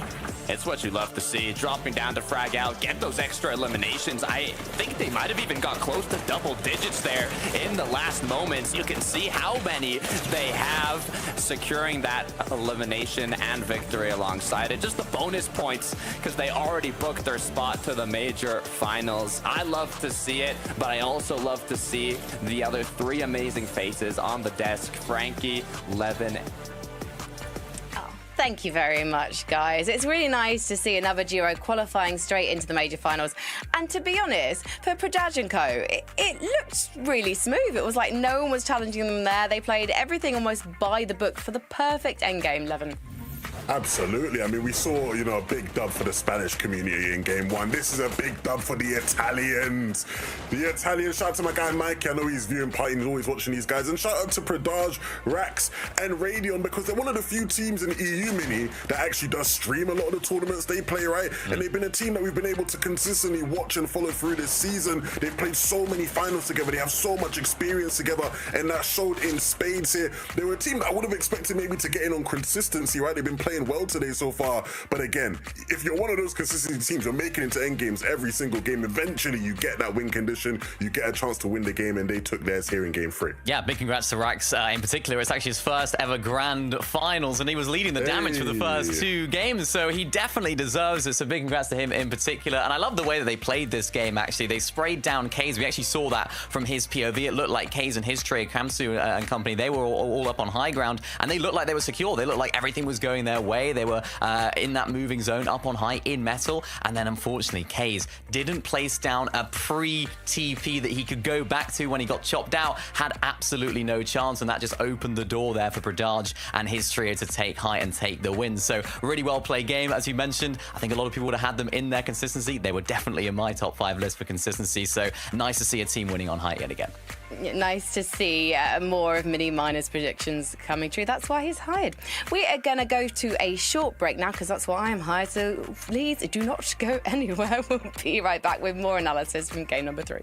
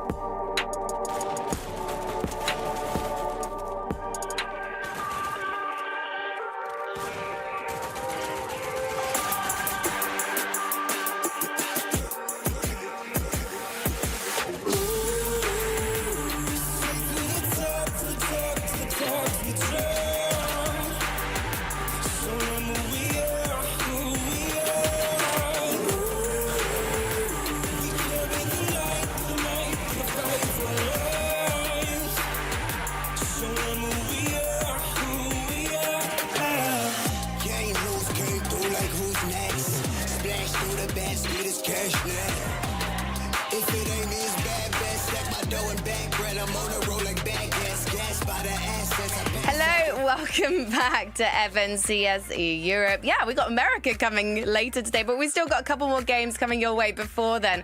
I might be slightly in a slow motion now. I'm strobing, I'm at the disco because I'm very excited for us to be back for yet another year of competitive FNCS. However, we've just said goodbye to another trio. We said see you later because they've already soared into the grand finals of Major Number 1. That was Pradage's trio, Pradage, Rax and Rayon, doing it for Italy.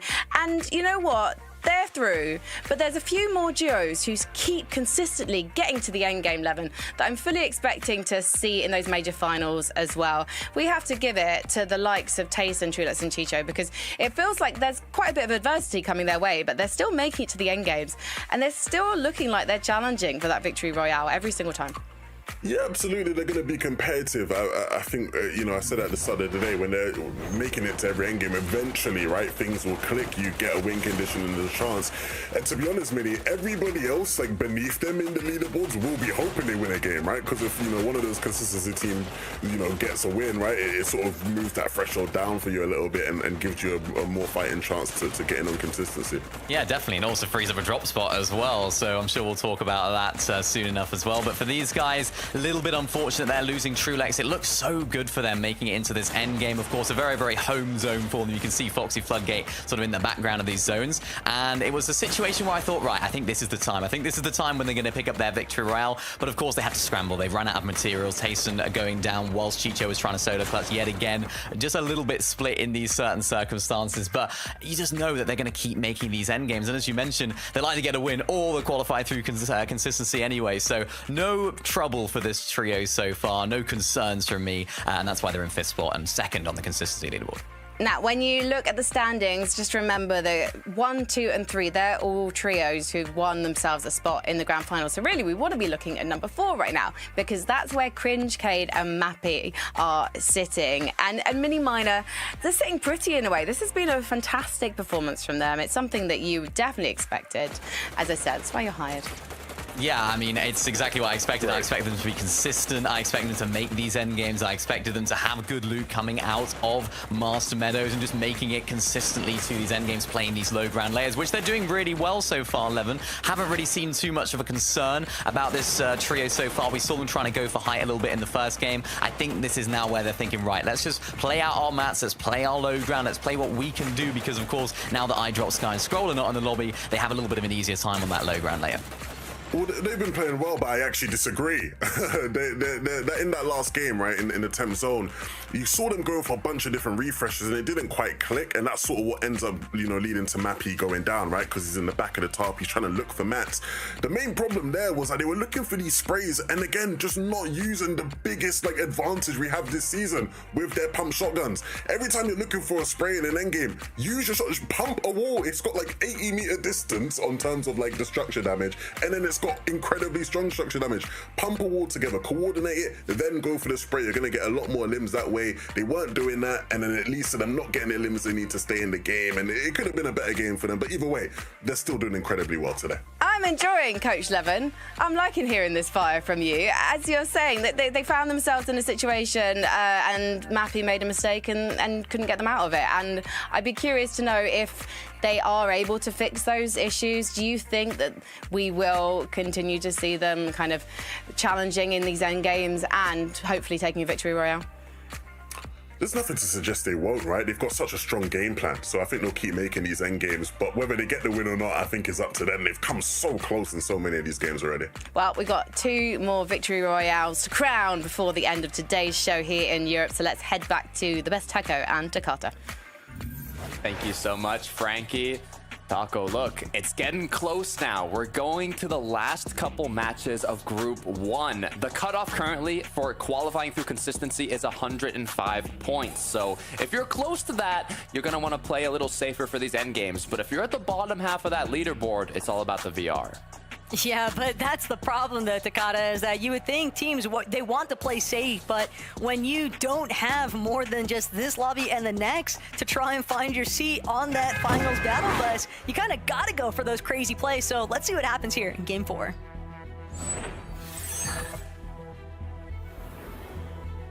It's all or nothing for these trios. They do have that last chance qualifier if they don't make it through today, but Taco, it's just 3 trios that qualify through last chance, so it's incredibly difficult. You want to qualify now, and to do that, it's top 5 or it's get a victory royale in one of these last 2 matches. And like you said, it's way easier said than done. You can try and play it safe, but then you need Storm Surge tags. You're forced to play a bit more aggressive if you don't get enough safe Storm Surge tags. If you get contested, you don't have the space, but Atris is gonna start off strong, knocking down Robin.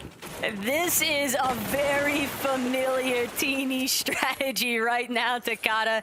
Atris v Teeny completely bamboozling Robin on the outskirts here of Demon's Dojo, just taking full advantage of the way that this trio likes to actually split this POI on the drop. But this far north of Demon's Dojo, when they know that they had the man advantage, right? But Atris v Teeny, they still might not be as familiar as Hydro and Trexer, for example, with what remains inside of Demon's Dojo. So if they can clear out that trio, though, that could be a very promising start, at least for Teeny.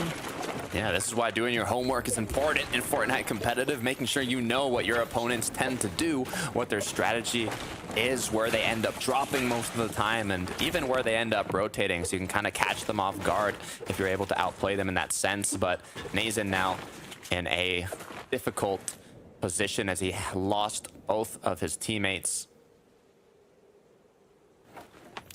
Yeah, this is almost tough to witness right now. Not a ooh la la moment by any means, but Nate and Nusif, they still have a chance with Nazen running around. Maybe there is reboot opportunity. Hear the sound already popping off in the distance, though, for somebody. Oh, it's actually going to be luck, but still, the fact that there's been this much calamity in the starting points, Takata, teams just constantly clashing, it feels like, that just goes to show that everyone is doing everything in their power to try and confirm either a victory royale or just moving their way up for the consistency.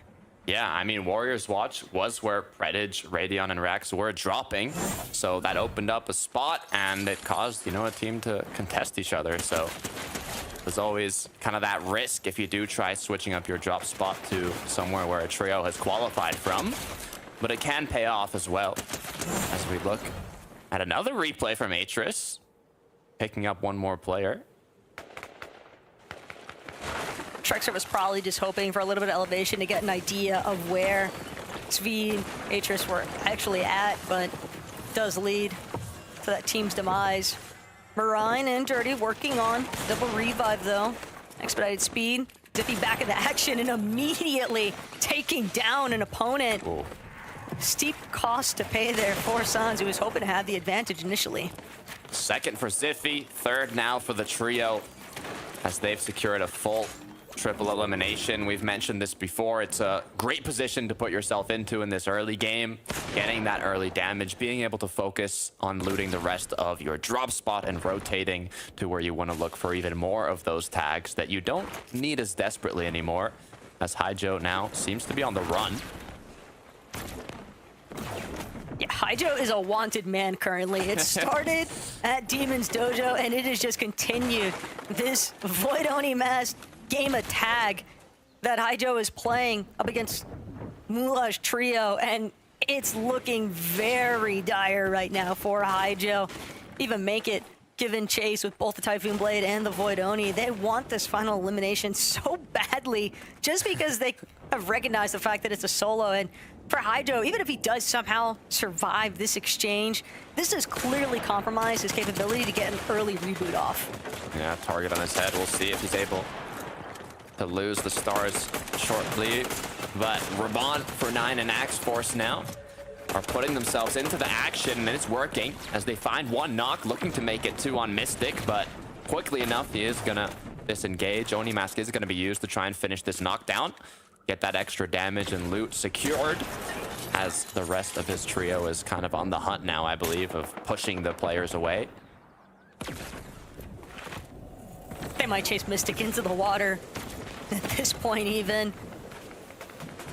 Doing what he can just to trying to hang on to a glimpse of hope here in Game 4, Takada, but there is only moments separating Mystic from becoming another elimination here for Axe Force's trio. He does find himself on the outskirts of the water, but Axe Force not gonna allow for that next TP to go through. The chase has come to a conclusion, but those are really great eliminations for F9's trio to have collected some really great early damage as well. That was good. I actually want to see this replay. I believe Mystic was like a second away, a millisecond away from using that Oni Mask, so didn't have to waste any more charges after hitting that shot. As we look now at Nova, Alex, and Rabbit. 3 points on the board.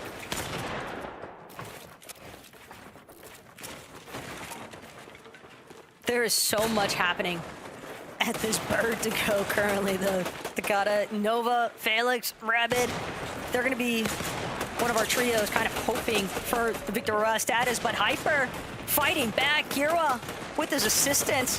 That's going to be a clean elimination. Start things off here. Kira now trying to see if he can find another. Gets a little bit split on the angle approach, but Rabbit not good enough. Shut down here for Hyper's trio.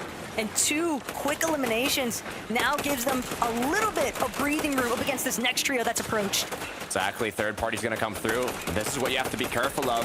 As Darkus is looking to find an angle here, any connection possible. Levin was talking about it, how powerful it can be if they try and line up a triple shotgun, triple spray, but the issue is sometimes in these mid-game engagements, not in the late game, when the opponents already know where you're coming from, it's almost better to just look for multiple angles and try and catch a player off guard. I'm wondering if that's exactly what they might be looking to do here, scavenging the rest of the loot. Kiro's holding this edit, though, for a hot minute. Wants to make sure he's got the appropriate response measure needed the moment that he opens up this wall, but Darkies, they seem like they've been a little bit distracted by a team potentially spraying the other side of their box wall. from a distance. And in fact, that is going to be the disengage. I'd rather get out of dodge than let this one continue. Kira sending some farewell shots Darkiz's way, but at the end of the day, it's a Hypers trio that profited there. Priestess once again with his trio fighting. What a surprise. Every time we look at them, they seem to be in an engagement in the zone. They know what it takes to get enough loot and materials for that end game. And I mean, thinking of the trios, they've got 18 points right now in 29th place.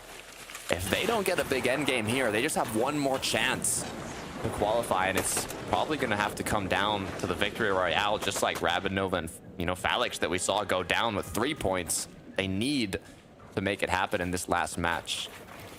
But if there's a team that you could anticipate to find that victory royale moment, Atris, I think that's a trio that you can always keep in the back of your mind. Chicho right now, though, kind of staring down Henry 30J from the safety of both of their surge bases. And it's evident that Chicho definitely wants to get the better end of this deal, considering that holding this mountain next to Foxy Floodgate, whether you hold the north side one or this southeast side one, you can control the flow of the lobby pretty well, depending on how accurate you're able to apply some of that surge tag damage. And if there's anybody that can definitely be the definition of accuracy at times, it's Chicho. Right, they're currently in 2nd place on the consistency leaderboard. They have a body of water by their storm surge base, so they can, most likely have already farmed a lot of those spare shield fish. They can take the damage. It's looking good for this trio. It's all about just cleaning it up, staying consistent like they have, and keeping their place on the leaderboard. For Ju, though, he still has his full trio up, but it looks like they might want to play a bit aggressive against Fishy here. Can't blame Ju either. This is their mountain span that they want control of. Shark with the cutoff approach. Right next to Zandy. Ju under a little bit of duress here. Shark contemplating if he wants to close the gap.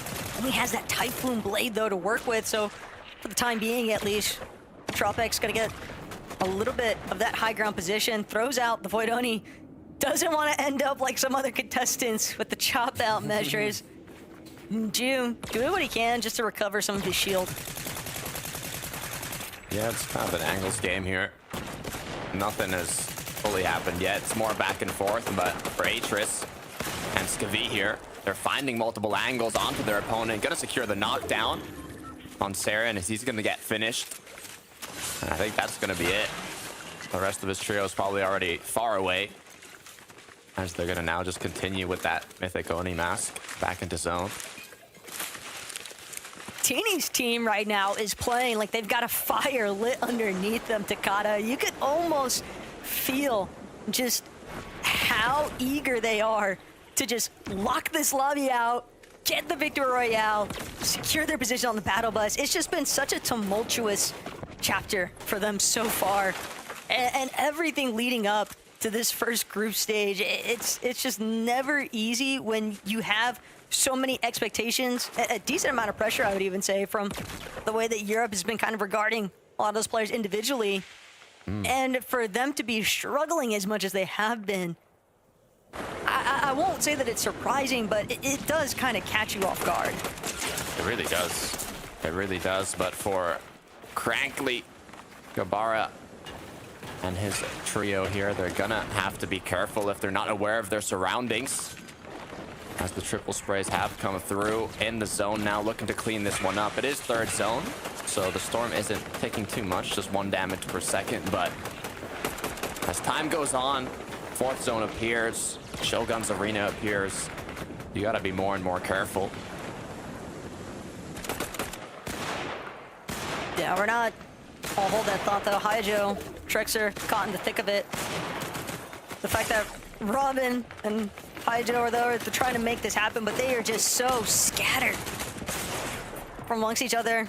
This could be a huge refresh, though, but they're not going to find it. Robin watches the Elim disappear right in front of him from that teleportation. Now Haijo getting lit up from a different angle entirely. Trixer and Haijo, they've only got tatters left, essentially. This last medkit now from Haijo. But losing Robin yet again after having gone through all the problems involved with getting that reboot in the first place. and now they have to go right back into it. Yeah, you can see the Oni mask being used. Hi, Joe. Looking to see what his options are. Any angle possible here. But with Robin having gone down, they're going to try and be able to bring him back into the game. Even if it means tanking a bit of Storm, it's okay. This early on, they are going to be able to get that reboot. Could have definitely been worse. They've gotten a bit of damage. As now it looks like this might be the first battle that we might see on, I was going to say Shogun Arena, but now that I think about it, and they were just shooting at the boss, so no other trios contesting them so far. Should be a quick cleanup.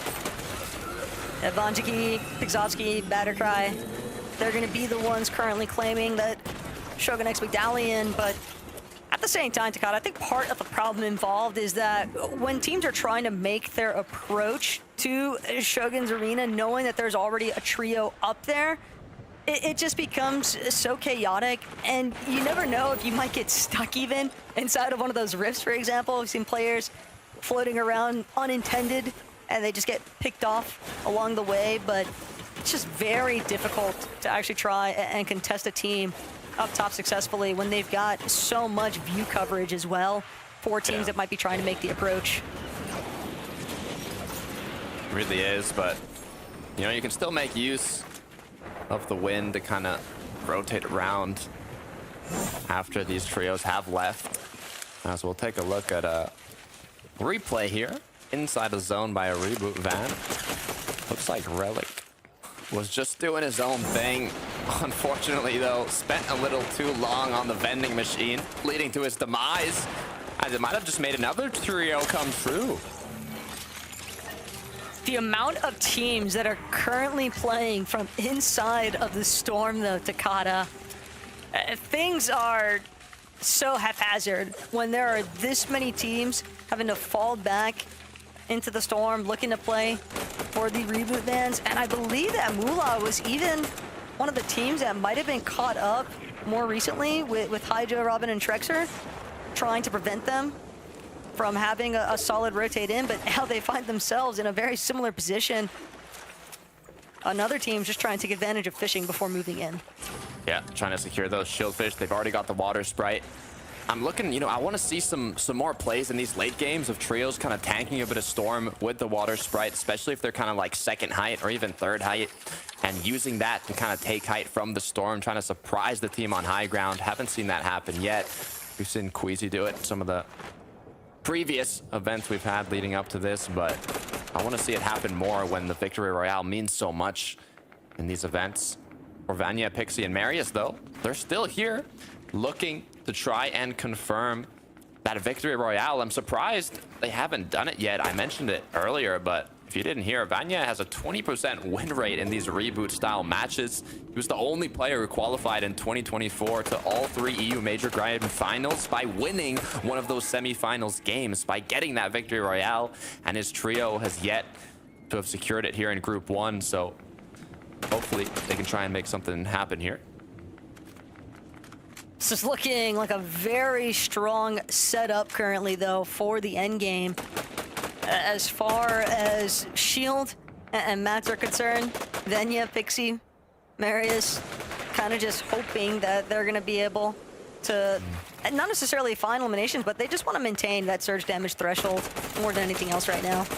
Yeah, looking again at Atris, Tini, Skavi, I mean, they're in 20th place right now. They're not that close to the top 5, and they're the only trio in this lobby that have won 2 set lobby or have gotten 2 set lobby Victory Royales in Group 1 this season. So they're more than accustomed to getting these VRs, but they're just kind of on the middle half of the leaderboard. Haven't been able to do it yet, but look at this, Taco. 4 eliminations already, over 500 damage in terms of Storm Surge. They just pulled zone here in the 6th zone.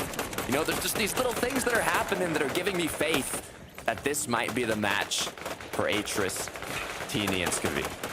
Yeah, Tini's trio is definitely keying a bit as well with the way that they've been playing this lobby so far. It certainly highlights the fact that those first 3 matches have not gone the way that they would have hoped for, and their playstyle even leading me to just think that all they want is the Victory Royale. But if They have a lot of eliminations that might be enough to surge them upwards on that leaderboard, maybe put them closer to that position to play for placement as far as qualing is concerned.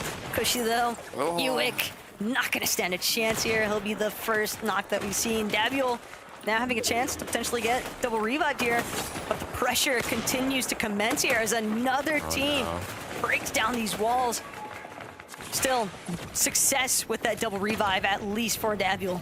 This is scary though. The Buell and his trio went down at, I believe, the same time in the previous match here, right before getting into endgame. We don't want this to happen again. We don't want the same mistakes to be made. So luckily enough, this time around, they are all up once again with the triple spray, have more than enough damage. They just need to make it to zone. Pain currently though for Uik, but fortune seems to be on his side for a moment here at least. His teammates believe should have some success with that double revive. Pivoting focus back towards Cade, Cringe, and Mappy though. We've seen some really strong moments coming out of them today. They're in a really strong position as far as the leaderboard is concerned, but what these teams want more than anything, Takada, is that victory royale.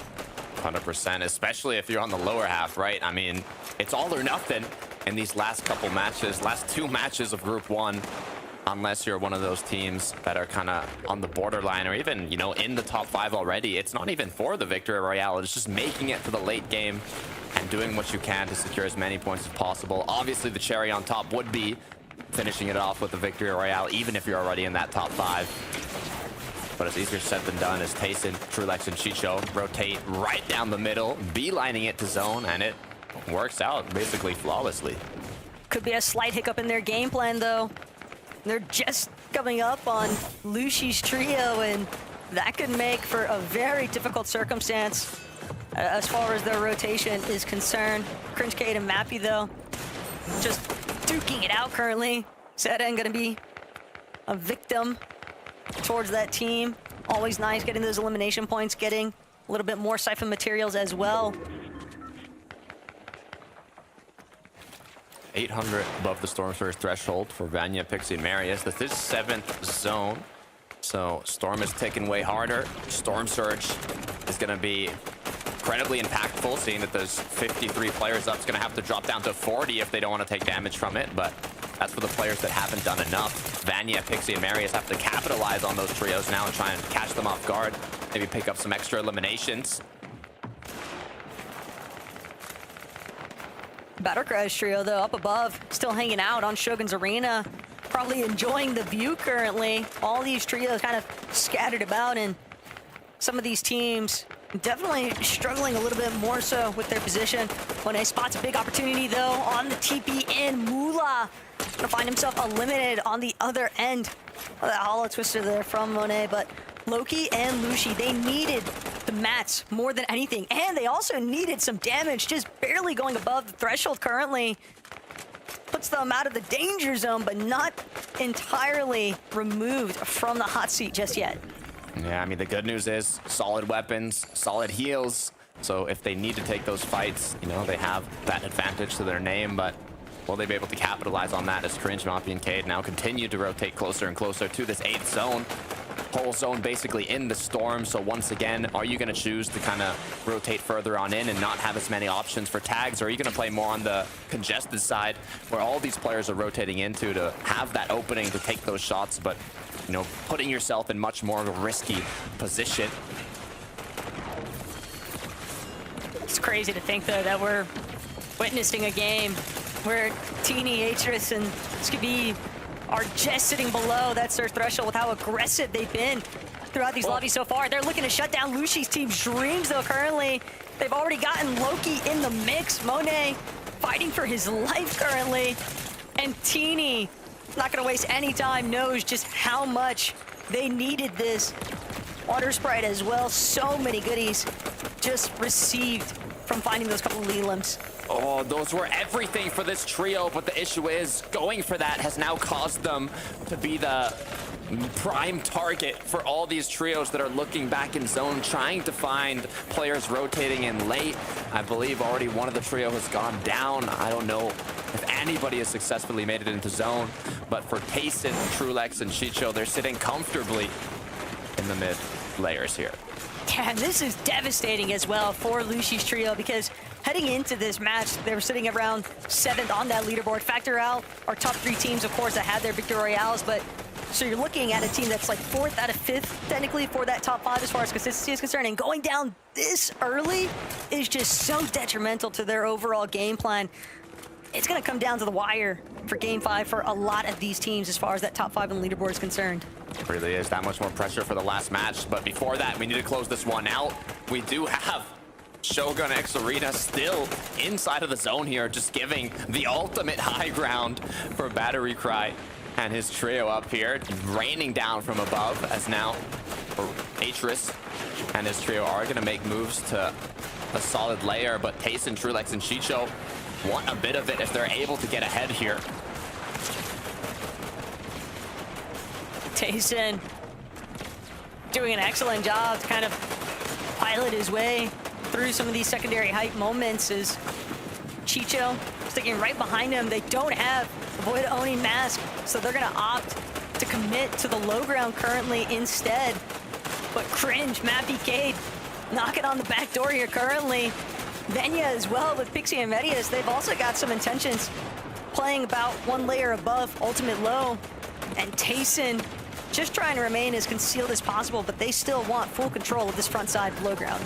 You can see how quickly they're making that decision to walk on ahead to try and claim the low ground, but from that 9th zone, there's so many trios that still have a lot of mass, still have a lot of loot to fight this low ground. It's not the battle yet, but now Tayson, Trulex, Chicho are going to try and fight to claim this low ground. It's going to be against Vanya as the pre-edits are coming through. The shots are connecting as they've already taken down one, but an angle is connected onto Tayson. A quick back shot is going to be what he took, though, to keep on going forwards. Huge work there, though, from Teeny. The fact that he's still standing with hardly any resources to his name, just sheer willpower and fighting potential. Up on the high ground, though, Mappy, Cringe, Cade, they're going to begin their onslaught of the rest of the lobby. This hill pull just so promising as far as the high ground team is concerned, but for everybody else, they're left to scatter amongst the low ground. Tayson gonna take a couple more ticks than intended, but when you only have the Typhoon Blade to work with, what other options do you really have? They have the Water Sprite here. They can choose to tank a bit of Storm potentially, but they all have to play together. The synergy is here. Can they continue on forwards? Loot is going to get picked up. It's going to be Teeny that drops in the box. Both Tayson and Teeny are going to go down. Chicho, Trulex now have to close this out as a duo, while Cringe, Mappy, and Cade are controlling the height. This is looking so good right now for Mappy, Cade, and Cringe. You can feel the excitement building for our team on the high ground. All the while, though, Chicho, Trulex just trying to keep the dream alive, and they're not the only ones. Ju as well, fighting it out inside of this congested low ground tiers. Chicho even going to take a moment to fall back, moment to go inside and find Hyper in the mix of all these builds. Another one for Chicho as Trulex and Chicho continuing to power on through this hill, going up and up and up, taking out player after player, but Trulex goes down. Chicho left alone now as there's still 8 players up, 4 trios, 1 shot needing to be connected by Chicho here on the low to pick up another, but the height battle has concluded. Cringe taking out all 3 players. All they need to do is close it out. They can taste the victory royale. It's so close. They can smell it out. Mappy, Cade, Cringe, they're going to fall back even. They want to confirm this. Chicho, Tayson doing what they can, but it's not going to be enough as Mappy, Cade, and Cringe finally secure their victory royale on the day. Takada, they've been hunting it in every single one of these lobbies, so it's almost inevitable that they secure it in the 4th. Not only are they currently in first place on the consistency leaderboard by 50 points, but they said that's not even enough. We're securing a victory royale on top of that and claiming their golden ticket to the grand finals. But not only that, what a performance from Chicho as well. One of the other most consistent trios making it to this end game, but the ones that took home that golden ticket is gonna be Cringe, Cade, and Mappy. Respect the attempt, though, from Tahi's team to try and overtake the high ground with those TPs in the last moment, but it's just not going to be enough. Instead, let's hear from what the desk has to say about the breakdown of Lobby 4. Thank you very much, guys. What an epic finale to game number 4, and an epic fail by Miniminer, who said, these guys, they're so consistent, but they're not going to win a victory royale. What did you make of that game, Miniminer? Yeah, I mean, I was wrong, I guess. They've been very consistent today, which is exactly what we expected from this trio. We talked about it so often. I mentioned it before that game right there. They actually went for height in that first game, remember? They built up all the way up on that hill. They tried their best to hold it, but they couldn't. This game, a much different approach, Levin. They played on the low ground layers. They actually sprayed out Pixovsky, and his trio really, really won. I really like that height take. We were both saying back there how good that was, and they're just able to ride it out from there on out because of those zones. And the key to the height take there's the timing, right? You look to the zone was pulling up the hill. If Pixoxy had held it going up that hill, no one else would have been able to take it. It would have just been, they can play out the game from there. But the timing of it, just before it starts pulling up, they chop them out, they take it for themselves. And then obviously again, in the later zones, when someone else tries to take it, they're ready, they fight. They've been hitting so many shots today, and the player quality has just been top notch from them. Then it's up to just dropping down, finishing out the game, closing things out. It's been a great display from these guys. Honestly, a bit sad. I wanted to get another game of these guys, right? They've been providing the entertainment all day long, but they were bound to get a win with how they've been playing eventually. Yeah, we were saying literally in the post-game of game number 3 that this is a trio. They've been making some mistakes, but they can make those micro adjustments to come back stronger and cleaner, and that's exactly what they did. And we will hopefully be coming back stronger and maybe a little bit cleaner after this short break.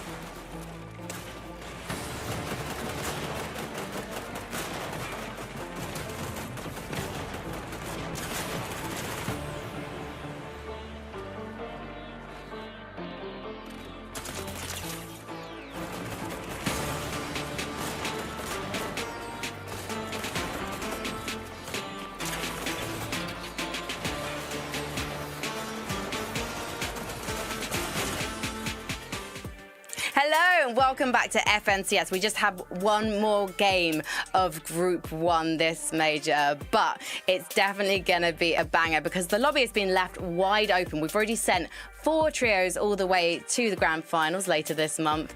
And now there's one more guaranteed ticket that our teams could take if they get the Victory Royale. However, let's talk about what went down in game number 4. Because a few people went down when they got chopped from height. But we've got to talk about the low ground first, because Tayson, Trulux and Chicho, they've just been roaming around. And sometimes I felt a little bit sorry for them, Levin. It feels like they're getting stuck in a bind, even though they're making it to the end games. I mean, yeah, look, when I talked about the sort of zone pull that determined what happened on height and what led to the game win, but that zone pull almost got these guys out of the lobby completely, right? Mini, they were the last team to sort of get up the hill. In fact, they didn't actually get up it, and zone sort of pulls, and it pulls in the perfect sort of way to just allow them to stay in the game and sort of run around the hill. If zone had just kept pulling up the hill, there's a good chance they just go down straight away. Like, they had no mats, they had nothing, but the zone pull was favorable. They're able to get a refresh, stay in it a bit longer, and then Chicho and Trulux both with very impressive sort of solo clutches. Yeah, a little throwback to duos right there. I thought we were back in 2024. Chicho and Trulux clutching up in endgame. A little bit solo, as you mentioned, so they were having to like sort of solo clutch individually. Didn't quite work out there in the end. Chicho was kind of holding his own at the end. I thought maybe there's a possible chance that he could do it with this Siphon, but no, of course wasn't to be. But yeah, I noticed the same thing. When that zone, I think it was the 11th or 12th zone that ended up pulling. I think it was the 12th, pulled actually so favorably for them that they didn't have to go over that hill and expend the materials that they didn't have. So really nicely played from those guys. I think they're a shoe-in now to qualify for the grand finals in that top 5 consistency, which is nice, but of course there's still one more game to go, so I want to see these guys continue to make that end game, not fall off here at the end, just continue what they're doing. Right, I'm going to do a little bit of standings admin. Look at number 1, 2, 3 and 4. Ignore them. Number 5 is our top spot for the teams that haven't got a Victory Royale yet. So as we've just mentioned, Tayson, Chicho and Trulux, they're playing a blind, even if they are getting unlucky at times. But look at number 6, aka number 2, because Vanchiki, Pixkovsky and Battlecry, they're names that I'm not really that familiar with personally, but actually in the last few games, they've really come to the fore. They are taking some risks, they're challenging for height, and they are looking like they will be in that major final, Levin. Yeah, absolutely. I mean, I think some people might recognize Pixovsky as like the former console GOAT, right? Like this guy who used to win everything in the console tournaments. But, you know, here on PC, putting up a show as well, this endgame looks so prime for them to do well. Look how many mats they're saving here, just from the way the zone pulled, being able to stay up on the island. And then they drop down, they start playing for height, and I've already said it a couple times now, but the zone pull, they get chopped on that pull, and it's really tough, right? You have to sort of like criticize them there, maybe say you got to be a bit more aware, right? You have to be spraying tees more, applying a bit more pressure so you don't have that, especially on such a critical pull. But even then, Pixovsky able to use that Invis coin medallion just to be able to, you know, sneak out some extra points out of that game. Yeah, I think if this team were sort of a little bit lower down and they needed a Victory Royale to actually qualify to the finals, I would be like, this is a massive throw. They definitely could have played that high ground a lot better. But because they were in that sort of position where they only needed a decent game, it actually worked out quite well for them, right? They made it further on into the game. They still managed to get themselves down onto the low ground without going down to fall damage, which is key. We saw a lot of players and teams doing that earlier on. They had those TPs placed, which is nice. And they just played that end game out really nicely. Getting onto height was the key thing. So I think for this team, I think they'll be qualifying through consistency. Earlier on today, I really enjoyed Coach Levin giving his constructive criticism, and I was just wondering, could we do a little bit of VOD review for Pixovsky's trio, please? Yeah, so it's all about the fine details, as we've highlighted in the end game, right? And some of the small fine details cost them in the end game, but earlier in the game, they had a similar situation. They're here on the island, taking down the Shogun boss, and of course it drops that medallion. The problem is, they eliminated him too close to the edge of the island, so the coin drops down, and so Vanjiki has to drop all the way down to pick it up. Now in this game, they're very fortunate, right? They don't get punished for it because the island was sort of on dead side. There's not many people around. But in another game, if that had happened and like zone and the island's on congested side, 100% the lobby does not let them get that medallion for free, right? And it just loses them the game. If you're taking down the boss on the island, don't take it out when he's right on the edge. You time it so that his HP and you're taking him down when he's not right there. Because if it does, you could lose your game because of it. All right, everyone watching right now, write it down, make it a copy paste in chat, whatever you have to do just to remember, don't fight the boss when he's on the edge of the island. Mini Miner, now you did make some big predictions before we went into today's competition, so have you got a prediction for who's going to take the final Victory Royale of the day? I think it's going to be Tayson. I mean, it's looking so likely that they'll just cruise through by consistency. I think they'll just do it for just to make my prediction wrong in the fact that I thought that they would be our best consistency team. I mean, they're playing well. They've got a lot of favorable zones this time as well in this session. It seems like a lot of the zones are pulling towards the south. I think the most north zone we had was in game 1 by the bridge. But it seems like they're having a lot of success right now. So let's see if they can keep it going. Let's see as we head over to our casters for game number 5. So Takata and the best Techo, take it away. Thanks so much, Frankie, Levin, and Mini Miner. But we are down to our final lobby of the first group stage here at Takata. And for a lot of these teams, better late than never as far as that Victor Royale is concerned.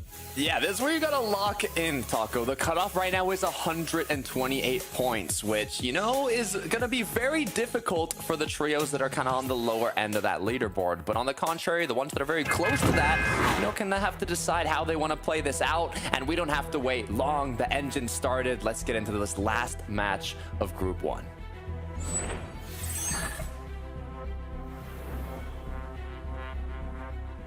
And look, I know that it can be very easy, Takata, for a lot of these teams. You know, mentally, you're coming down to your final lobby.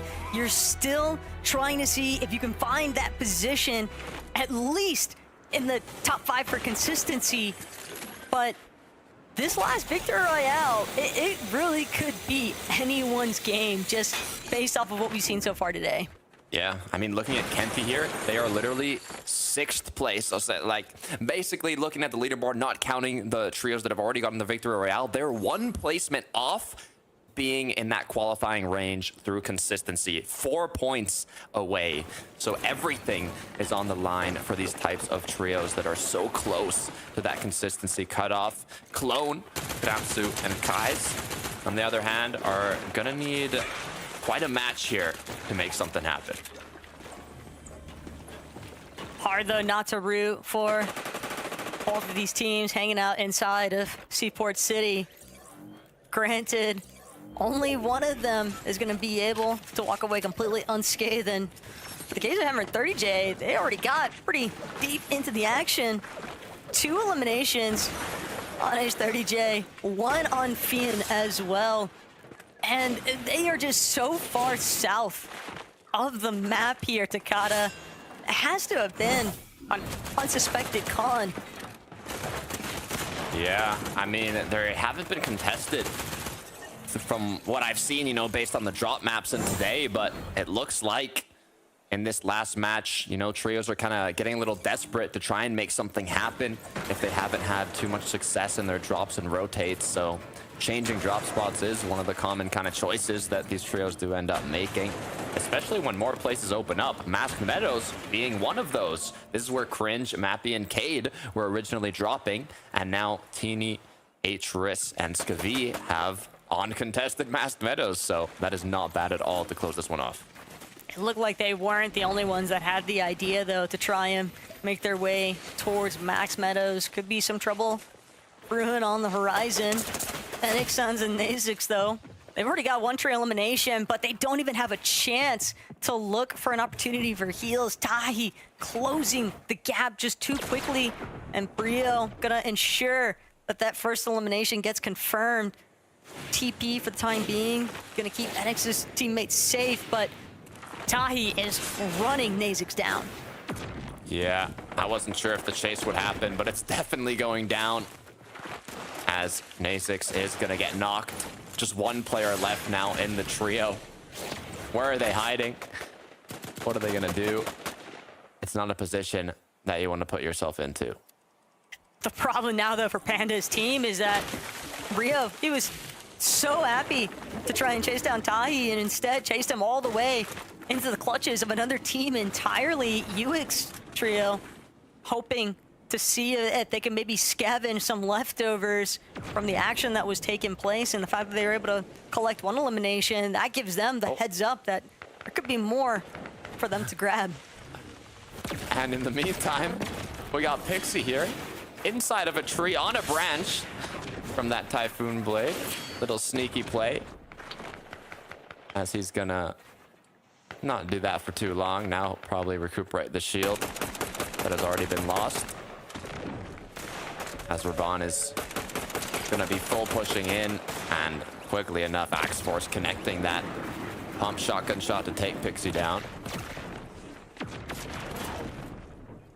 Duckling, last seen inside of that Surge base, but abandoned immediately once they saw their teammate get eliminated here. Is Fnatic and Axe Force doing a pretty decent job at staking out turf claims on the mountain range, spanning away from brutal boxcars.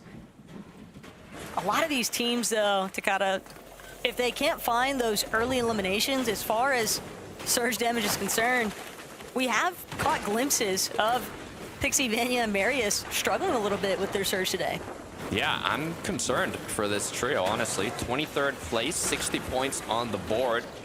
Like I mentioned earlier, they're gonna need 128 points to qualify through consistency, more than doubling their points. So they're gonna be looking for the Victory Royale, but if any trio in the lobby is gonna get that Victory Royale here, I would put my odds in their favor. They had so many eliminations in the last game, but it just went wrong on their rotation. So hopefully this time around they can kind of make something happen. Just so far away from the rest of the lobby, it seems like. Have to check back in to see how it works out for them. Finn, though, above Fishy, but that's a beefy pump shot that Finn just ate, losing shields entirely. It's gonna force him to fall back a little bit here, and Topco will waste no time with taking over the high ground at this Shogun Solitude position. Yep, shots being kind of traded back and forth, shields being used, but no full-on push yet from either trio. Ooh, gotta be careful over peeking a little bit. Basically, I believe they just kind of want to, do a bit of damage, get some of that early surge, but nothing that's too risky. I mean, the pressure is on in this last match. It's not like previous season, what used to be called semifinals, where if you didn't do well in Group 1, you'd go down to Group 2. But now, in these group stages of this year, your only chance is this group set lobby, and then all you have left is the last chance qualifier if you're unable to make it here. But it's way more difficult than you would imagine, as Ziandi now is potentially going to sneak up on one of these trios. This could be a menacing setup as well. Ju and Shark have left Ziandi to be the primary member from their trio to kind of put some pressure onto these teams inside of Shogun Solitude, but they're also positioned in a way where anyone that tries to escape is going to run directly into Shark and Ju. So they've got a really strong cut-off section. Topco trying to just get Mats instead, eats a pump straight to the dome. Ziandi finding such a quick elimination there as well. It just puts his team in an excellent position to continue to capitalize on finding even more Noxer eliminations inside of Shoguns. Ziandi's not done yet, though. Oni Mask used to pick up yet another elimination. You could have picked any tree, you could have picked any wall, brick, but you picked the one that as a player crouched behind. The perfect lineup. What a way to secure 2 free eliminations. Henry 30J might have had the right idea with his team, just making sure to depart from that area. Almost like they had that sixth sense tingling that there's something about to go horribly south there. They didn't escape. Moolah, 2T, and make it. And this could be a huge moment right now for Lushi's trio. They need to make sure that they survive this engagement. They were so close heading into this last lobby in order to get their position from consistency. Make it, though. He's not going to be able to survive this most recent exchange. Big pickups coming out of Lushi currently. Only one member left to collect. Be careful, though. Another trio. They heard the noise, they heard the chaos, and now capitalizing on that situation with the third party. Is it going to be enough of a scare to make Lushi, Moni, and his trio here just disengage completely? They've already gotten a good amount of eliminations. They've already done enough damage. They have Oni masks that they can use to rotate, but if enough pressure is put onto them, they might not even have a chance to leave. Lushi's team just does not have mats. they kind of have to finish this engagement because there could be a decent amount of siphon materials off of 2T, but knowing that Kramsu's team is just right there, smack dab in the center of all this action. Granted, Clone, not exactly the most optimal loadout for fighting. Yeah, I don't know how I feel about this one. It's going to be a very difficult fight. The good news is, if one trio does back off here, you know, it kind of minimizes that risk of a third party, but already being so far in zone, having to rotate without the materials, this position in general is just not looking too good. It's just part of the struggle that Lucy's team knew they were going to encounter, dropping at Shattered Span. There's so many question marks surrounding this POI because it can be very difficult to actually make your way out of it after you initially land. But Mula, 2T, they're just hoping for an escape currently up against Spain. Kramsu still willing to give chase though alongside Clone and Case. They need this fight more than anything, and they're not gonna let their moment slip between their fingers. Mula still trying to see if he can back up just a little bit further. One more box to create space, but Clone, Case, Kramsu just closing in every second.